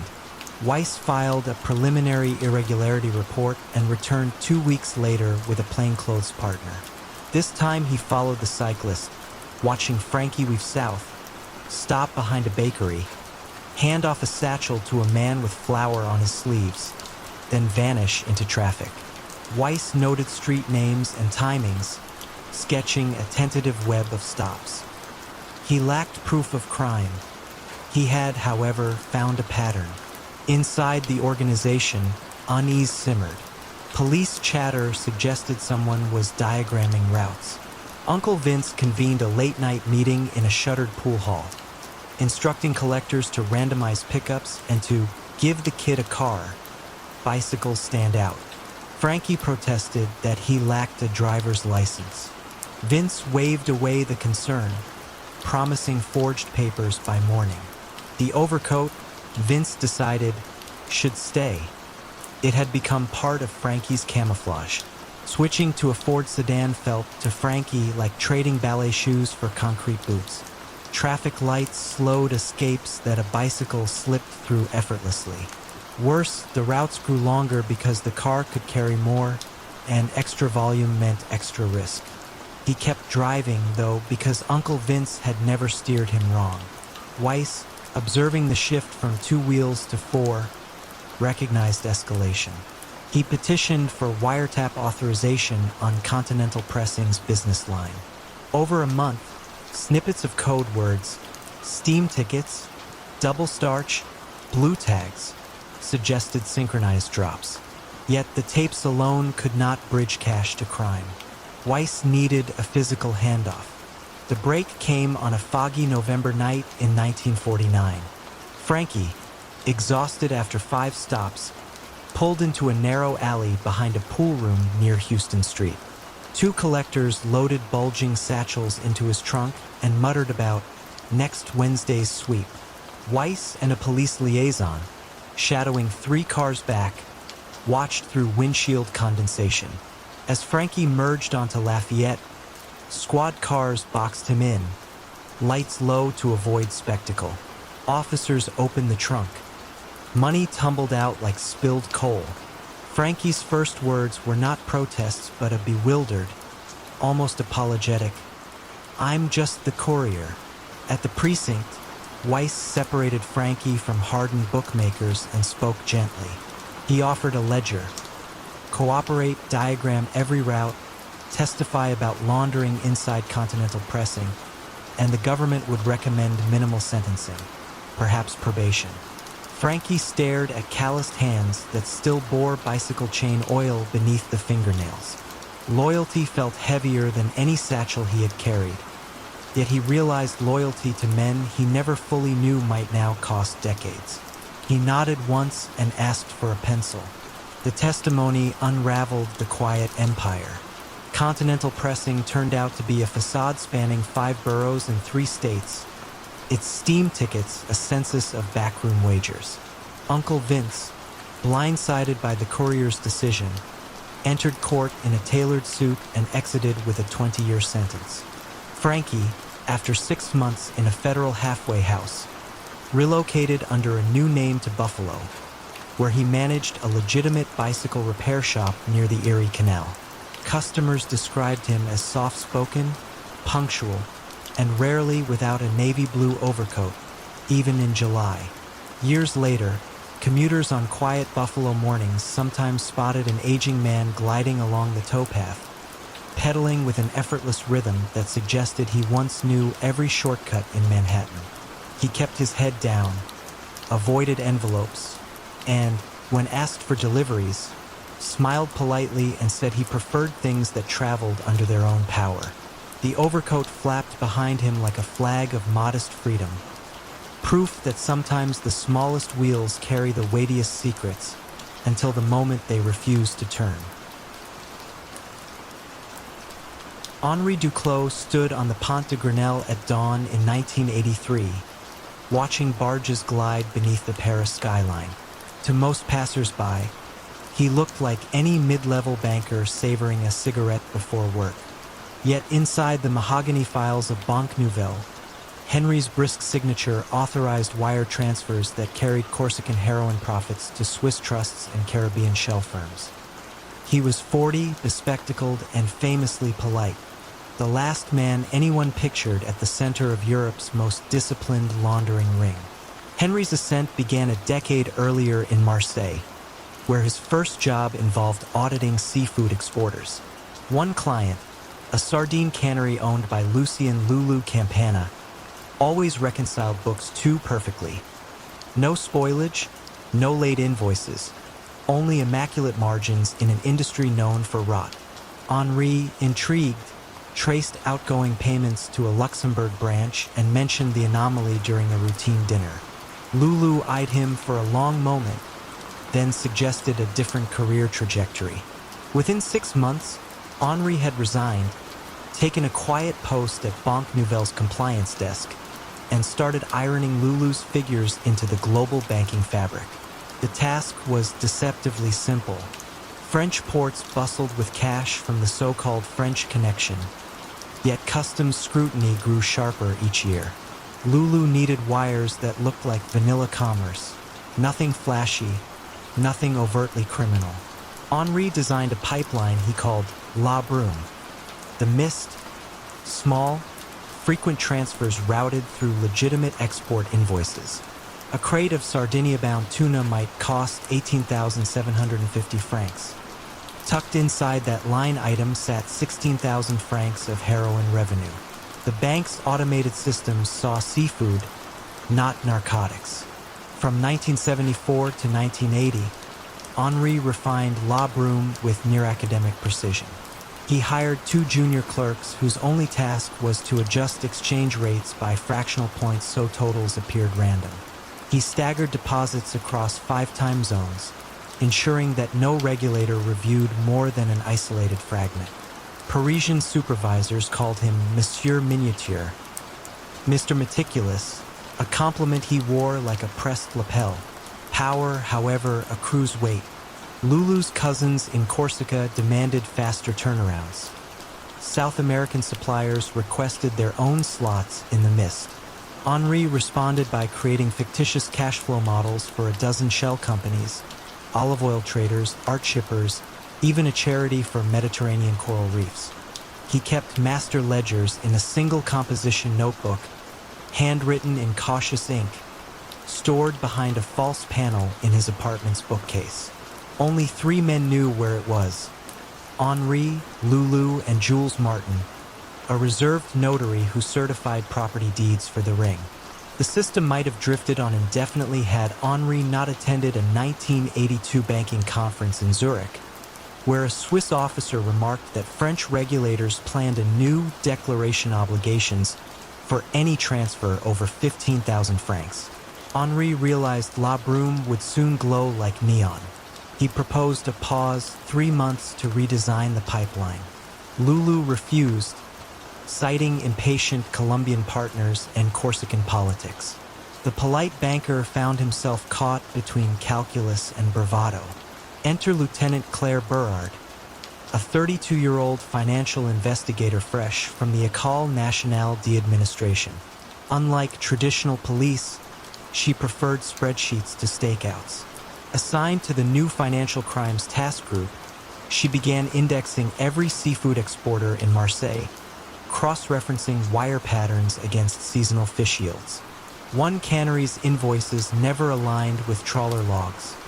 Lulu's plant. Claire traced the discrepancy to Banque Nouvelle, flagged Henry's unusually consistent approval codes, and opened what she called Operation Brouillard, the fog. Claire's first approach was subtle. She invited Henri to lecture interns about anti-laundering protocols. During Q&A, she asked about exchange rate irregularities in commodity exports. Henri answered smoothly but felt a chill. Someone had lifted the edge of the curtain. That evening, he retrieved the composition notebook, intending to relocate it, only to find the hiding panel ajar. The notebook remained, yet a fine layer of dust was disturbed. Fear, thin and clinical, settled over him. Henri confronted Jules Martin, suspecting the notary had been approached. Jules, overwhelmed by gambling debts, confessed. Claire's team had offered leniency in exchange for information. He had yielded names, dates, even the bookcase's secret. Henri realized the fog had become a mirror. Every number now reflected back at him. He weighed flight. Geneva beckoned with discreet lawyers. Panama offered treaty loopholes. But Lulu's cousins shadowed him day and night, ensuring loyalty. Unable to run, Henri attempted one final maneuver. He forged a memo suggesting that Banque Nouvelle's deputy director, an ambitious executive named Fournier, had ordered the suspect transfers. The ploy aimed to scatter culpability and buy time. It failed within 48 hours. Claire's task force executed simultaneous warrants at the cannery, Jules's notary office, and Henry's apartment. They found the notebook exactly where Jules indicated, each page a cartographer's dream of illicit finance. Henri surrendered without protest, adjusting his glasses as agents cataloged evidence. Lulu escaped temporarily to North Africa, but was arrested in Tangier 2 weeks later when Moroccan customs discovered undeclared bearer bonds in his luggage. Trials unfolded in austere courtrooms along the Seine. Press coverage was muted, partly because the government feared revealing how porous its banking defenses had been. Henri, ever courteous, clarified process details under oath, explaining La Brume as though lecturing students. He received 11 years at La Santé prison, less than Lulu's 17, due in part to his cooperation outlining shell company mechanics. Fournier was cleared, yet his career dissolved under the taint. In 1993, Henri emerged on parole, a slimmer man with tremors in his hands. He moved to a village near Tours, teaching mathematics at a lycée, living in a modest flat overlooking the river, water still moving, but now without mist. Lieutenant Claire Berard, promoted to chief inspector, kept the composition notebook in her office safe. Occasionally she opened it, not for evidence, but to remind recruits that crime often whispers rather than shouts, and that even the quietest banker can leave ripples large enough to map. Leonard "Len" Russo never looked the part of a mid-century Chicago crime boss. He wore pale cardigans, kept his hair neatly parted, and carried a fountain pen in the same breast pocket every day. By training, he was a bookkeeper, the youngest son of Sicilian immigrants who prized order above bravado. That taste for tidy columns led him, almost accidentally, into the orbit of Salvatore Guarini, the city's fading Prohibition-era capo. In 1951, when Guarini's ledgers stopped balancing and the tax men began to whisper, Russo was summoned to fix the mess. He did so in a single snowy weekend, reorganizing the liquor fronts, the jukebox route, and the modest gambling houses with the brisk efficiency of a small-town CPA. Guarini paid him $2,000 and told him he would never be let go. For the next decade, Russo stayed in the background. He audited tavern receipts, moved cash into meatpacking payrolls, and learned the delicate choreography of bribery. The alderman's nephew who got a no-show union job, the precinct captain whose mortgage was mysteriously paid down each Christmas. Russo's genius was invisibility. He created shell companies with forgettable names, Midwestern Vending, Grand Lakes Real Estate, and used them to launder weekly bundles of small bills into clean, taxable profits. By 1963, Guarini's empire was solvent, if not thriving, and federal investigators cataloged it with grudging admiration. They knew money was being washed. They simply could not trace the rinse cycle back to Russo's quiet desk. Yet power, once tasted, rarely stays hidden. When Guarini suffered a fatal heart attack behind his favorite cigar shop in 1964, 3 lieutenants expected a bloody scramble for succession. Instead, Russo invited them to a Lincoln Park townhouse and produced a typed, notarized directive naming him interim custodian of all Guarini assets until such time as a stable reorganization may be effected. The paper bore the aging boss's signature, the family lawyer's seal, and a date from 2 weeks earlier. Whether Guarini understood what he had signed was irrelevant. The lieutenants saw that the banks, judges, and suppliers already recognized Russo's new authority. No shots were fired. The cardigan had outmaneuvered the gun. Russo ruled through numbers, not fear. He shifted the operation from hijacking to city contracts, from bootleg liquor to coin-operated amusements. A single pinball machine, he told his men, attracted no suspicion and produced a river of quarters that flowed straight into legitimate bank bags.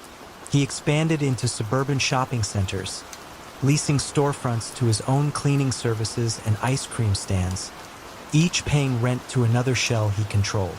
By 1970, the family's declared income exceeded $3 million, taxable and therefore respectable. Russo paid what he owed the IRS. His legend grew precisely because he kept nothing off the books. But loyalty bought with prosperity is fragile when the cash slows. The first hairline crack appeared in 1973 after Congress passed new banking laws requiring detailed currency transaction reports. Russo responded by purchasing a sleepy farm credit bank in rural Illinois, planning to file his own paperwork at a leisurely pace. It was clever, but it drew the attention of Special Agent Rebecca Malloy, a newly promoted forensic accountant at the Treasury Department. She noticed that the tiny bank processed more coin deposits in a month than most Chicago branches did in a year. Malloy began compiling records, pulling car rental logs, and quietly interviewing low-level clerks who never saw Russo but cashed his envelopes. Inside the organization, whispers spread that Russo had grown cautious to the point of paralysis. Ambitious captains argued that ski mask robberies and warehouse thefts still turned a faster profit than laundromats. Russo countered with charts and ratios, but charts do not thrill men who yearn for fast danger. In 1975, a trusted lieutenant named Carlo Beans vitally diverted gambling income into his own slush fund, convincing himself that the boss would never notice. Russo noticed within 3 days. He summoned Vitali to a downtown diner, slid a manila envelope across the formica, and murmured that the missing money had already been restored from Vitali's personal accounts. Russo's tone remained courteous, yet Vitali left the meeting knowing he had been gently, irrevocably exiled from real power. Vitali's resentment found an eager listener in Agent Malloy. Facing indictment for unrelated narcotics charges, he traded stories for leniency. He explained how the quarters moved from jukeboxes into armored trucks, then into the farm credit vault, then into cashier's checks that funded suburban real estate. Malloy finally possessed the living thread connecting shell companies to their hidden puppeteer. All she needed was a misstep.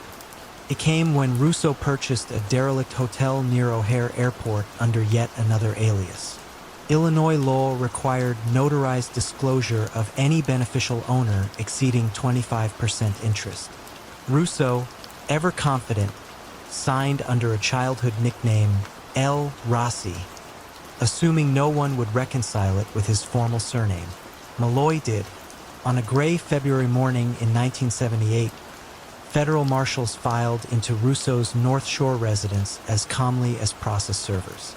They found him at the kitchen table, balancing the accounts of a vending subsidiary. The indictment listed 37 counts: wire fraud, bank fraud, racketeering, and conspiracy to evade currency regulations. Russo neither protested nor bargained. He merely asked permission to finish his coffee before being led away. In court, he declined a jury, requesting a bench trial that he must have known he would lose. His closing statement, delivered in a quiet monotone, conceded every numeric fact while disputing the interpretation of intent. The judge, unmoved, sentenced him to 20 years at the federal penitentiary in Marian. He taught basic accounting to fellow inmates, helped the prison library catalog donations, and kept a meticulous garden of herbs behind the education wing. Outside, the organization he had sculpted crumbled within months, its captains reverting to smash-and-grab schemes that attracted swift police attention. By 1980, the Garini Russo crew existed only as a cautionary footnote in law enforcement seminars, proof that a criminal empire built upon precision rather than violence could thrive, until precision itself left a paper trail too neat to ignore. Russo served 14 years, earning reductions for good behavior and the quiet affection of prison staff. Upon release in 1992, he returned to a modest condominium purchased through legitimate wages he had earned teaching inmates. He lived another 8 uneventful years, passing away in his sleep over a stack of neatly balanced household ledgers. In the end, his fall was not marked by bullets or betrayal, but by the same fidelity to numbers that had once elevated him above the street. The ledgers, perfectly ordered, testified that the calmest architect of Chicago's mid-century underworld had been undone by his own devotion to the balance sheet. In 1979, Len Hartley walked into the London Borough Planning Office wearing a camel coat and politely asked for a list of derelict row houses along Bethnal Green Road. He explained that his consortium, Hartley and Sons Developments, wished to renovate affordable housing. Clerks marked him down as a civic-minded builder. None knew that Hartley and Sons had no registered sons, no previous filings, and a single shareholder. Len himself, late of Wandsworth Prison, released 12 weeks earlier after serving 5 years for illegal bookmaking. Hartley had learned a lesson behind bars. Street gambling was noisy, redevelopment was quiet. Property, he decided, provided 3 unmatched advantages. First, it turned dirty cash into bricks that no constable could seize without a warrant. Second, planners preferred paperwork to pistols. Third, no one asked whether a contractor's cement had been purchased with untraceable betting slips, so long as the houses stood level. Len secured a modest loan from an East End moneylender named Vic Gosling, pledging a 25% return within 18 months. Gosling agreed, content to let Len carry the risk. He had other collections to manage, chiefly with brass-knuckled urgency. The first months felt almost wholesome. Len hired out-of-work dock carpenters, paid them fair wages, and spent evenings printing glossy brochures that showed brick facades bathed in imaginary sunlight. He underreported the renovation costs on invoices, sweeping the difference, thousands of untaxed pounds, into a side account labeled consultancy. Those funds paid off racing bettors who still believed Len was their governor. Slowly, the bookmaker blended into a builder. In 1981, a surprise came wrapped in starch. Merrill Jacobs, an Oxford-trained accountant sent by Vic Gosling to verify the loan's progress. Merrill was precise to a decimal, fond of chamomile tea, and entirely fearless. She toured gutted terraces, examined skip receipts, then suggested Len incorporate a shell management company to collect rent, insulating the loan proceeds from potential asset seizures.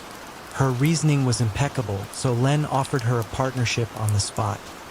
10% of gross rental income for maintaining all books. Merrill accepted, stipulating one clause: no undisclosed ledgers. Len agreed, crossing fingers behind his back. Their upgrades succeeded beyond rumor. By late 1982, Hartley and Sons owned 13 refurbished flats, each leased to upwardly mobile young professionals fleeing pricier neighborhoods. Tenant rent checks fed through Merrill's tidy ledgers, while Len funneled an equal amount of betting money, still earning interest in back-alley pools through inflated maintenance charges. To auditors, the flats worked twice as hard as they really did, and Vic Gosling's investment paid out early. Success breeds impatience. Len eyed a boarded Georgian warehouse near Spitalfields Market. Its purchase price, £140,000, lay beyond the cash he could whiten theatrically. Vic Gosling authorized another loan but demanded a slice of ownership rather than interest. Len balked. Shared deeds invited scrutiny. Merrill suggested courting a different lender, Mid-Capital Savings, a recently chartered building society hungry for development deals. She would prepare respectable accounts showing Hartley and Sons as a textbook small business. Vic's name would appear nowhere. Len agreed, believing he could manage two masters in separate ledgers, one immaculate, one ink-stained.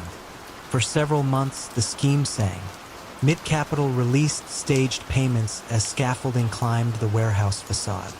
Merrill drafted status letters describing restored sash windows and historically accurate brickwork. Meanwhile, Len skimmed 10% from each drawdown, converting it to cash for Vic, who assumed he alone funded the refurbishment.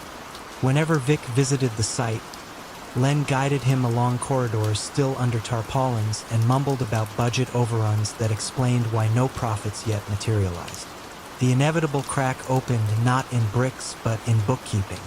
Mid-Capital initiated a routine audit, dispatching a junior examiner to match invoices against bank transfers. The examiner flagged an anomaly: maintenance bills from a non-existent joinery firm, Clapham Millworks, for work supposedly done on properties still enveloped in scaffolds. Len had made up Clapham Millworks during a late-night scramble to backfill Vic's skim. Merrill, discovering the fabrication, confronted Len in her narrow office above a solicitor's shop. "This line item cannot stand," she said, tapping the ledger. "Remove it or supply genuine proof of work." Len attempted charm. "It's only a placeholder. I'll square it before submission." Merrill's reply was a quiet, "We agreed on no undisclosed ledgers." She closed the book, clipped her hair back, and walked out, taking her duplicate records. 2 days later, she scheduled a confidential meeting with Mid-Capital, intent on protecting her professional license. Word of the meeting reached Vic through his own informants at the bank. Vic felt betrayed twice, by Len's silence and Merrill's potential whistleblowing, and ordered a hasty midnight visit to Len's townhouse. Yet Vic, ever cautious, arrived alone, preferring threats to theatrics. He warned Len that if regulators learned about double-financed renovations, default clauses would let Mid-Capital seize collateral. leaving Vic's unsecured loan worthless. "Fix it," he growled, "or I fix you." But Merrill had already provided mid-capital with photocopies of original ledgers noting Vic's phantom capital injections. A joint task force quietly placed both Len and Vic under surveillance to map links between property laundering and illegal gambling. Detectives tailed Len on the night he drove toward Spitalfields carrying 2 jerrycans. When he parked in a darkened side street, officers approached without sirens, their footsteps muffled by drizzle. Len surrendered, more exasperated than frightened. The warehouse stood unharmed. The plot died on damp cobblestones. The trial in spring 1984 unfolded in a Crown Court heavy with damp air and tabloid curiosity. Prosecutors narrated a tale of dual ledgers, back-alley bets, and redevelopment as laundromat. Merrill testified with composure, emphasizing that her employer repeatedly falsified invoices after promising transparency. Vic offered leniency for limited cooperation, confirmed the gambling loans but denied ordering arson. His brass-knuckled reputation shrank beneath fluorescent lights. Jurors saw a worried moneylender, not a gangster. Hartley and Sons dissolved. The renovated flats passed to a housing charity. Tenants continued paying rent unaware their walls once balanced illicit bets. The Spitalfields warehouse, never torched, eventually became an artist's studio annex. Len left prison in 1990, gray and lean. He visited Bethnal Green Road one evening, observing how clean signage and espresso bars replaced betting shops. He smiled faintly, a bookmaker glimpsing odds he could no longer calculate, and walked on, hands in overcoat pockets, into a city that had forgotten his silent conversion of bricks into laundered dreams. Berlin, 1994. Cranes cut the sky where the wall had fallen, and every vacant lot seemed primed for rebirth. Into this boom stepped Jacob Kramer, a soft-spoken surveyor whose Leica theodolite looked as old as his corduroy coat. City planners respected him. Investors barely noticed him. That invisibility made Jacob ideal for what he quietly assembled. A property laundering carousel that spun East German ruins into West Berlin capital, then back again as squeaky clean equity. Jacob's rise began with a single attic full of archives. After reunification, restitution claims for expropriated buildings clogged municipal offices. Jacob offered help, mapping titles, tracing heirs, summarizing boundaries. For many claimants, the paperwork felt insurmountable. They signed durable powers of attorney granting Jacob authority to expedite sales. He gathered deeds like pressed flowers, each weighed down with nostalgia and legal uncertainty. Financing arrived through Victor Haas, a Hamburg notary turned venture broker who liked deals that closed before banks could ask how. Victor proposed a structure. Jacob's company, Neue Horizonte GmbH, would purchase disputed properties for modest sums, renovate on paper, and flip them to shell trusts in Liechtenstein. The trusts, funded by clients Victor never named, paid premiums that dissolved the chain of origin.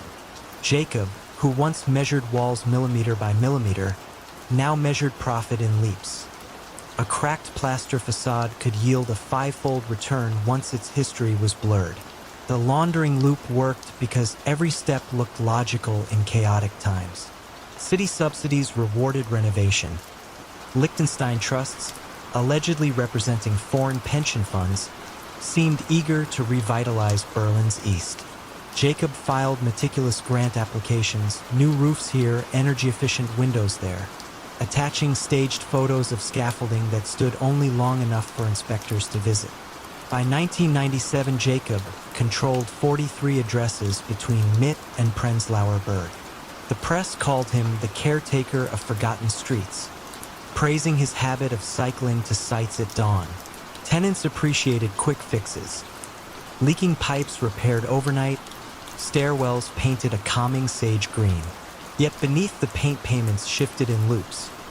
Rents wired to a Berlin bank, forwarded to a Vienna holding firm, then slid into Liechtenstein as heritage preservation dividends. City officials, drowning in post-wall paperwork, stamped approvals with relief. Fracture arrived through an unassuming resident, Dr. Lotte Brenner, a retired archivist whose brother's bakery once occupied the ground floor of Jacob's flagship building. Lotte, reviewing compensation records, noticed that the listed purchase price for her family's former shop was 1/10 market value, signed by an heir living in Uruguay who, according to family letters, had died in 1989. She confronted Jacob outside the courtyard, asking how a deceased relative had signed a 1995 deed. Jacob smiled, promised to investigate, and pedaled away, heart drumming louder than any demolition hammer. Lotte's instincts led her to the Landeskriminalamt's Economic Crimes Unit, where Inspector Felix Arendt already nursed doubts about rapid property flips. Arendt collected sales ledgers, grant applications, subsidy receipts. What puzzled him were identical renovation invoices filed across different addresses on the same date, each signed by a contractor who had dissolved a year earlier. The pattern remained shadowy until Lotte provided the forged Uruguayan signature, a fixed point to anchor a wider fraud map. Arendt's team began Operation Sage, named after Jacob's favorite stairwell color. They discreetly interviewed current tenants, photographed facades that supposedly housed new insulation yet showed original GDR-era brick, and subpoenaed payment flows. Banks, now sensitive after international pressure on money laundering, supplied records. Funds originating in Moscow corporates, routed through Cyprus, landing in Liechtenstein trusts that immediately wired acquisition capital to Neue Horizonte GmbH. Meanwhile, Victor urged acceleration.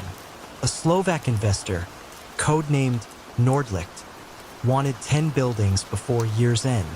Jacob hesitated, the gossip of audits, the archivist's questions, but Victor dismissed fear.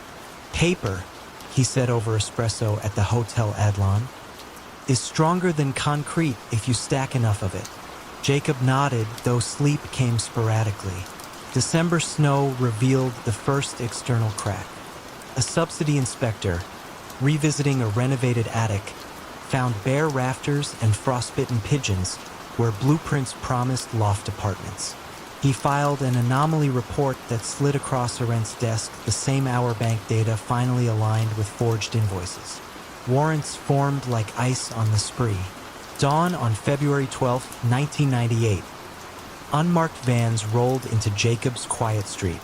Officers in plain coats entered Neue Horizonte's office, a converted bakery whose sign still smelled faintly of yeast. Jacob was drafting a grant schedule when Arendt appeared, polite, almost apologetic, but with authority irrevocable. Boxes of files stacked taller than survey poles left the premises. Hard drives followed, tagged with evidence seals that shimmered under fluorescent lights. Interrogation was conversational. Jacob, fatigued, explained the restitution maze, the investor's hunger, the city's desperate need for renewal. He spoke of bridging past and future, phrases that once convinced grant committees. Arendt replied by laying out photographs. Identical scaffolding at 5 addresses, time-stamped the same morning.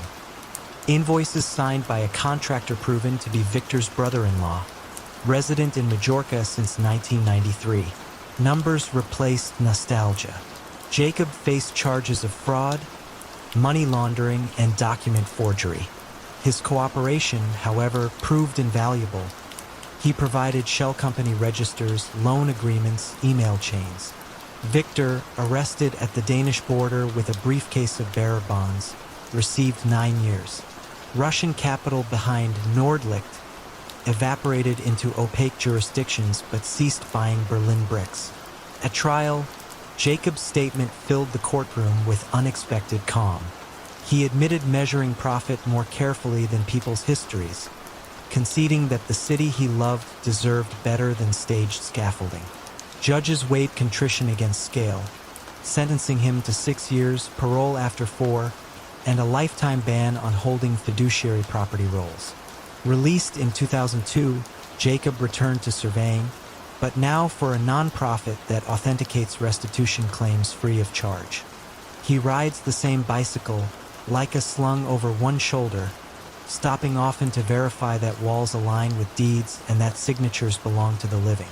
Locals still see sage green stairwells around MIT, testimony to a time when new paint covered old shadows, until a careful archivist and a patient inspector stripped color back to brick, exposing the ledger lines beneath. Boston's waterfront in 1972 breathed diesel and salt, a gray labyrinth where freighters unloaded coffee, copper, and secrets before sunrise. Among the longshoremen, Eddie Brogan blended in, mid-50s wool cap, clipboard tucked beneath one arm. Officially, he was Local 214 selected delegate, charged with shift rotations and safety grievances. Unofficially, Eddie decided which crates passed inspection, which trucks idled unchecked, and which rumors reached the harbor master. His authority traveled softly, like fog sliding between warehouses. Eddie's rise began after the Great Freeze of '58, when a pier collapse left 3 stevedores dead. He advocated for widows, negotiated pension bumps, and earned a reputation as the man management could work with. Shipping executives offered small favors, first-class rail tickets, a complimentary Mercury sedan that Eddie accepted, then parlayed into loyalty schemes. By 1965, the delegate controlled overtime rosters. Anyone seeking extra hours left $10 in an unmarked cigar box near the time clock. The money funded weekend clam bakes. Public, generous, and oddly inexpensive for feasts serving 200 men. The real profits floated elsewhere. A Providence entrepreneur, Salvatore Sal Morocco, approached Eddie with a proposal as delicate as tissue wrapping. Certain containers, falsely declared machinery parts, would include crates of untaxed Turkish cigarettes. Eddie's dock captains would wave them through, and in exchange Local 214's pension fund would receive a guaranteed 8% annual return. Eddie requested a week to think, spent 3 days pacing Castle Island, and agreed on the 4th after calculating that 8% on millions could shore up pensions for decades and purchase silence with benevolence. Documentation became Eddie's craft. He learned to adjust manifest ink densities so customs officers saw original stamps rather than recent forgeries. He kept meticulous dual ledgers, a worn spiral notebook for official tallies and a leather-bound diary listing code names: Seagull for Morocco, Oyster for cigarette shipments, Anchor for transport trucks. Only Eddie held both keys, one literal and one mental. The notebook was locked in his desk. The diary remained in his coat pocket, pages written in an idiosyncratic shorthand that mixed Gaelic phrases with stevedore slang. By 1978, imports expanded beyond cigarettes to include wristwatches, denim, even small pallets of Colombian coffee that skipped FDA sampling. Eddie funneled profits into scholarship funds for dock workers' children, interest-free loans for fishing boats, and annual Thanksgiving turkeys distributed from the Union Hall. Gratitude wrapped him like a down blanket. Few asked how generosity grew as cargo volumes officially shrank. Trouble drifted in on a September morning disguised as a new customs supervisor. Margaret Hale, former IRS auditor, calm-eyed, armed with patience. She noticed that Local 214 containers cleared inspection in record time despite inconsistent serial sequences. Hale ordered random holds, disrupting schedules and forcing Eddie's crews into overtime without advance notice, an affront to his careful equilibrium. Eddie responded with courtesy, offering Hale a tour of the refurbished pension office and highlighting union literacy programs. She smiled, accepted coffee, and ordered more surprise audits. Pressure mounted inside the alliance. Morocco worried that delays would sour overseas suppliers. He urged Eddie to manage Hale. Eddie declined intimidation, violence he believed attracted headlines. Instead, he studied the supervisor's patterns. She carpooled from Quincy, attended Wednesday Mass, favored lemon tea. Eddie arranged for local 214th Charity Board to donate new pew cushions to Hale's parish, a gesture noted but not reciprocated. Hale's inspections intensified. The fracture appeared not from Hale, but from within Eddie's trusted circle. Dennis Flaherty, a young peer foreman deep in gambling debt, began siphoning cartons from contraband pallets, selling them to a Southie bar owner.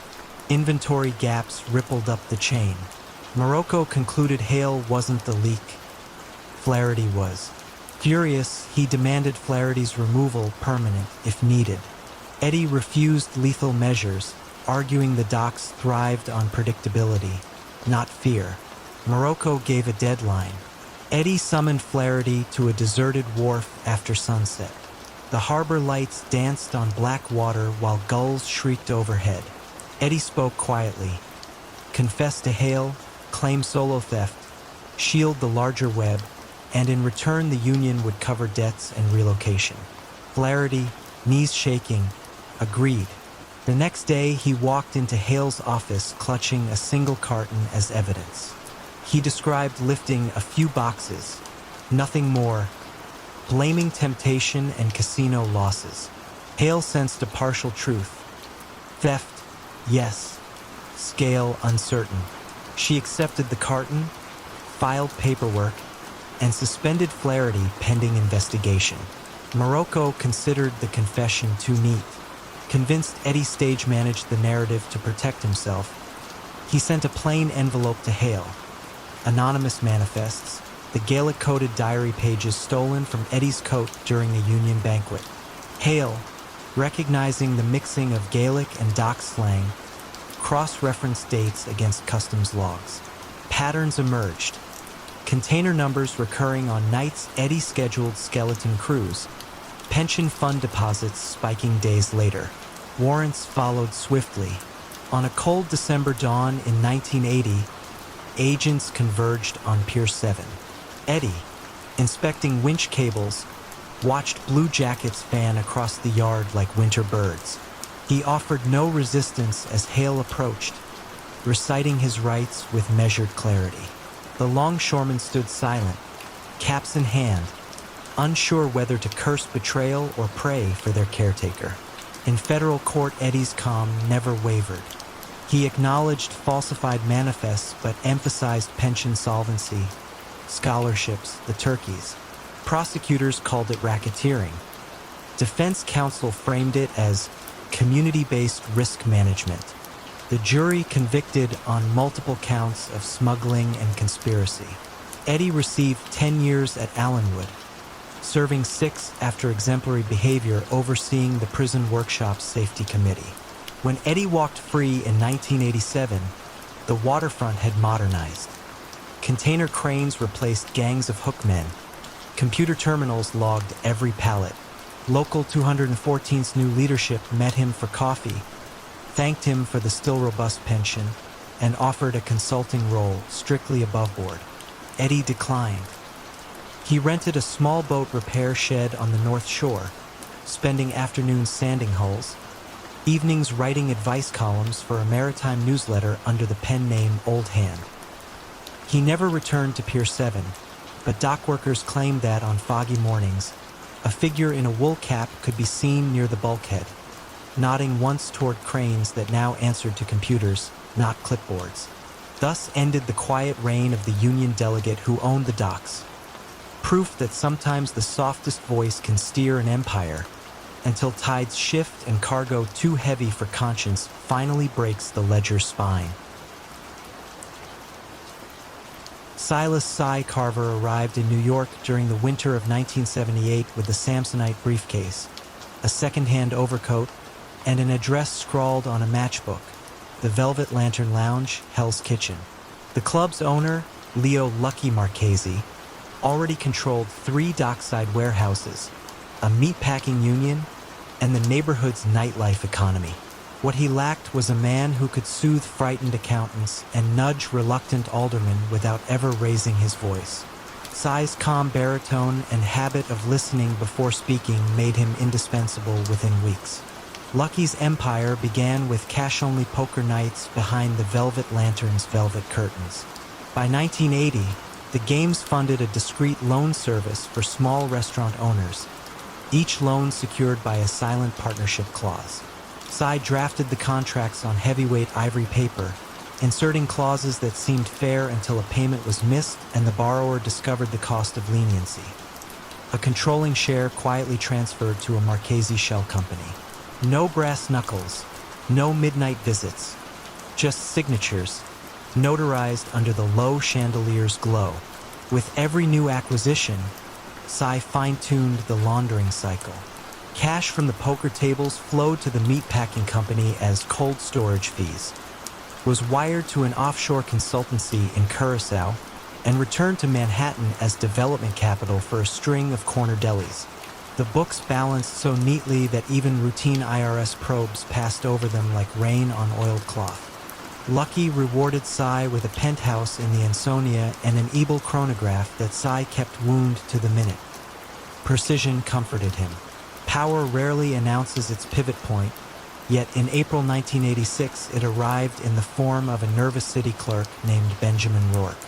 Rourke entered Sy's office clutching a manila envelope that trembled like a trapped moth. Inside lay zoning affidavits proving an alderman had sold riverfront permits to Lucky at a quarter of market value.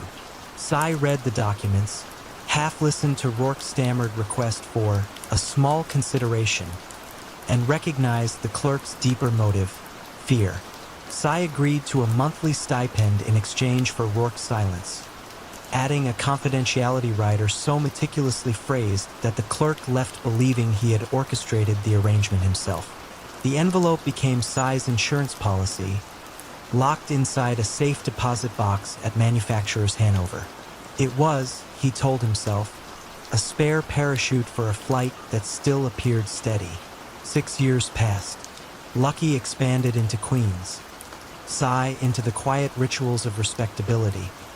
Fundraisers, art gallery openings, polite nods from men who suspected nothing yet benefited all the same. Trouble surfaced not as a raid or an indictment, but as a whisper. Lucky's youngest lieutenant, Vincent Vince Costa, had begun skimming from the poker rake. Sy audited the ledgers and confirmed the shortfalls, never more than 2%, but steady, methodical. He scheduled a private meeting in the Lantern's closed kitchen, where the smell of bleach lingered long after the cooks had left for the night. Sy outlined the discrepancies and offered Vince a choice: repay the missing funds quietly or step away from the operation. Vince, 26 and eager to prove himself, interpreted the offer as an insult. He chose a third path, appealed directly to Lucky with accusations that Sy had fabricated the numbers. Lucky listened, stone-faced, then summoned Sy to his townhouse. Over espresso, he asked a single question. Could Sy prove Vince was lying? Sy's pulse slowed, not quickened. He had prepared for this moment since the manila envelope crossed his desk years earlier. He explained the skimming, then added a gentle reminder that any disruption might pique federal interest, particularly if certain zoning irregularities resurfaced. Lucky said nothing, but his eyelids lowered in calculation. The house seemed colder as Sy left, his breath faint in the April night. He realized he had crossed from counselor to blackmailer, even if the word felt too crude for the mechanism he had set in motion. The next morning, Vince Costa disappeared from the Lantern's payroll. Rumor placed him on a freighter to Lisbon, though no passenger list confirmed it. Lucky accepted Sy's numbers without further debate. Yet something between the two men had cracked, imperceptible but widening. In 1992, Special Agent Dana Holt of the FBI's New York office reopened dormant files on waterfront corruption. Holt noticed an odd regularity. Every Marchese company submitted tax returns prepared by separate firms, yet the footnotes repeated identical phrasing. a stylistic fingerprint Sy never thought anyone would read side by side. Holt initiated a covert paper chase, tracing the offshore loops until a Curaçao bank officer, threatened with indictment, surrendered transaction logs. Holt needed a linchpin witness, someone whose signature threaded through each ledger. On a mild Tuesday in June, agents approached Sy outside the Ansonia. They were courteous, even deferential, yet their questions made clear the depth of their documentation. That night, Sy walked the penthouse alone, weighing options while the city hummed below. At 3 a.m., he retrieved a key taped beneath his desk drawer and visited the safe deposit box. The zoning affidavits still smelled faintly of carbon paper. The following afternoon, Sy requested a private audience with Lucky in the Lantern's shuttered back room. He placed the affidavits on the green felt table between them. Lucky read the pages, lifted his eyes once, and understood. Sy proposed a deal. He would surrender to federal agents, plead guilty to conspiracy, and insulate the core family by limiting testimony to municipal corruption. In exchange, Lucky would guarantee no retaliation against Sy, his sister in Jersey City, or the aging mother he visited each Sunday. Lucky agreed, not with words but by sliding the papers back across the table and extinguishing his cigar. Sy exited through the alley, where Agent Holt waited beneath a flickering street lamp. The arrest was quiet. Even the handcuffs felt ceremonial. In court, Sy's measured testimony outlined a decade of laundering schemes, yet he spoke nothing of extortion or violence. He received 7 years at Otisville, serving 4 after teaching a financial literacy course that drew respectful attendance from guards and inmates alike. Lucky Marchese remained free, but his influence frayed. Banks closed credit lines. City contracts evaporated under public scrutiny. By 1997, the Velvet Lantern became a jazz bar with a new name. Its past erased except for a faint indentation on the office door where Sy's brass nameplate once hung. In the hush of federal archives, Sy Carver's case file is labeled Operational Takedown via Voluntary Cooperator. Yet among agents who study it, the lesson is simpler.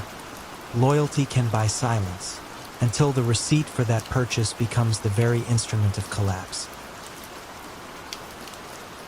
In 1966, when the post-war boom draped Los Angeles in steel and stucco, people knew Victor Harland as the architect who made modest buildings elegant.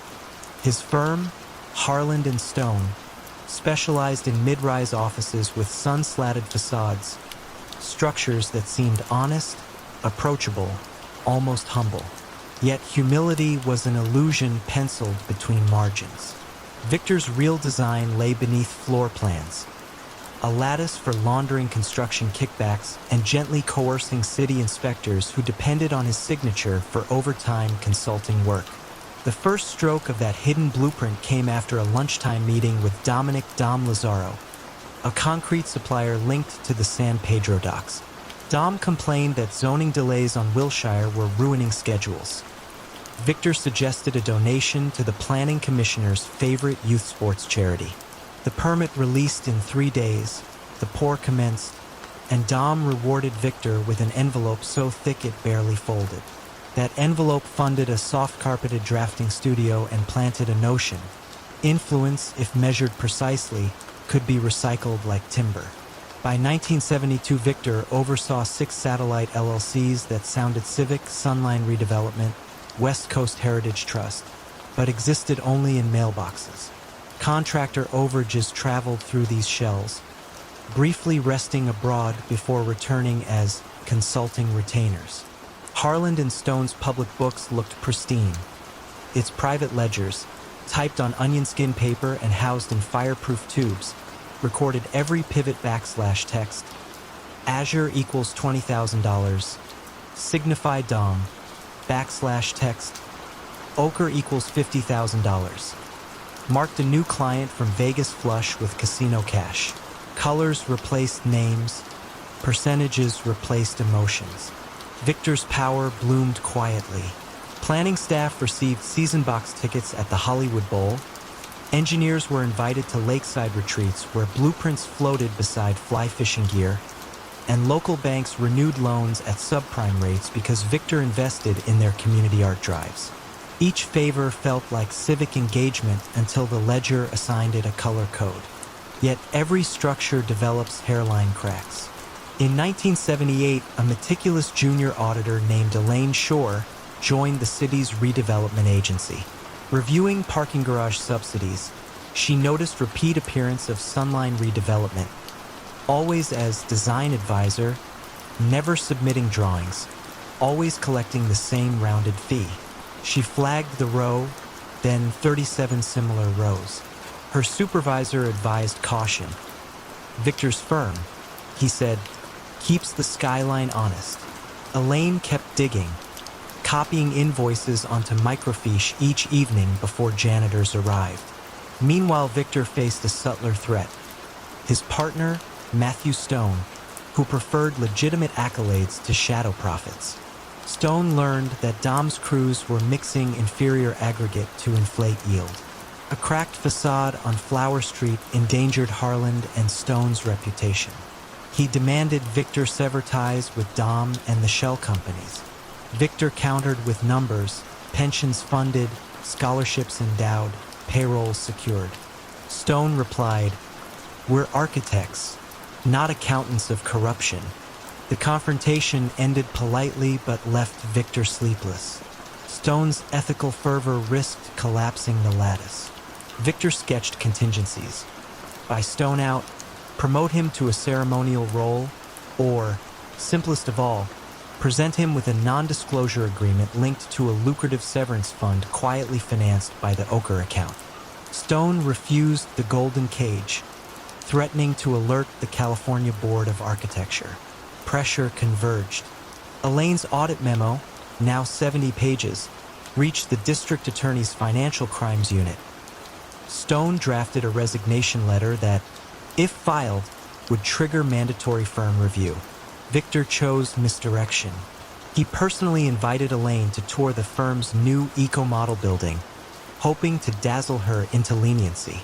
She accepted, notebook in purse, questions rehearsed.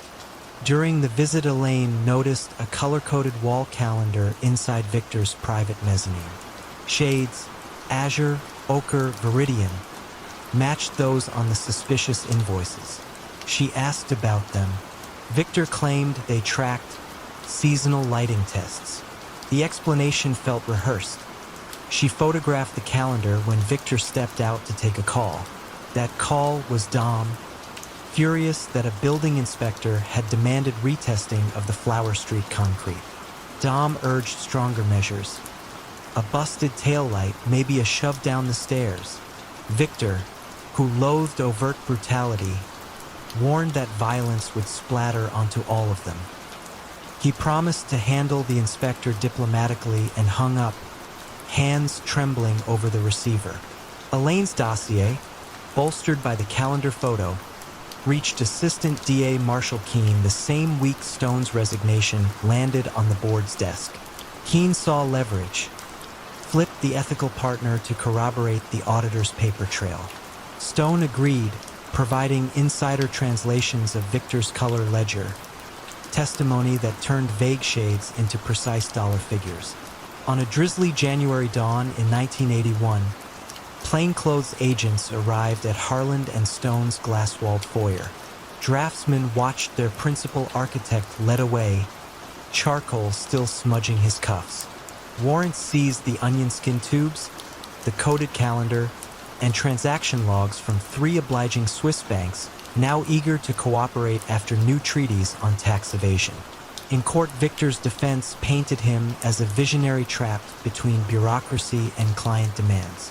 Prosecutors countered with color swatches laid out like paint chips, each linked to a transfer, a bribe, a laundered return. Stone's calm testimony and Elaine's forensic accounting left little canvas for doubt. Victor was found guilty of racketeering, conspiracy, and wire fraud, sentenced to 10 years in Lompoc's minimum security wing. 5 served. Dom Lazzaro, indicted separately, fled toward Mazatlan but was detained at a Phoenix layover, undone by an unpaid parking ticket that flagged his alias. He spent 8 years in federal custody, contemplating aggregate ratios behind razor wire. Harland and Stone reorganized under a new name. Stone implemented strict compliance protocols and dedicated a scholarship to aspiring architects from public schools, funded, with ironic symmetry, by court-ordered restitution from Victor's frozen assets. Elaine Shore advanced to deputy controller, instituting audit software that flagged any vendor appearing more than twice without deliverables. Victor left prison gray-haired, hands steady only when touching blank drafting paper. He rented a one-room studio in Santa Barbara, designing seaside gazebos for modest fees. No shell companies, no coated pallets, just graphite lines that rose, intersected, and supported weight honestly. Locals said his smaller structures felt lighter, as though freed from hidden loads. The skyline he once guided thrummed beyond reach, but on quiet evenings he could still glimpse it down the coast, an intricate silhouette reminding him that every edifice, however grand, rests on integrity or crumbles when the inspector finally sets a true level.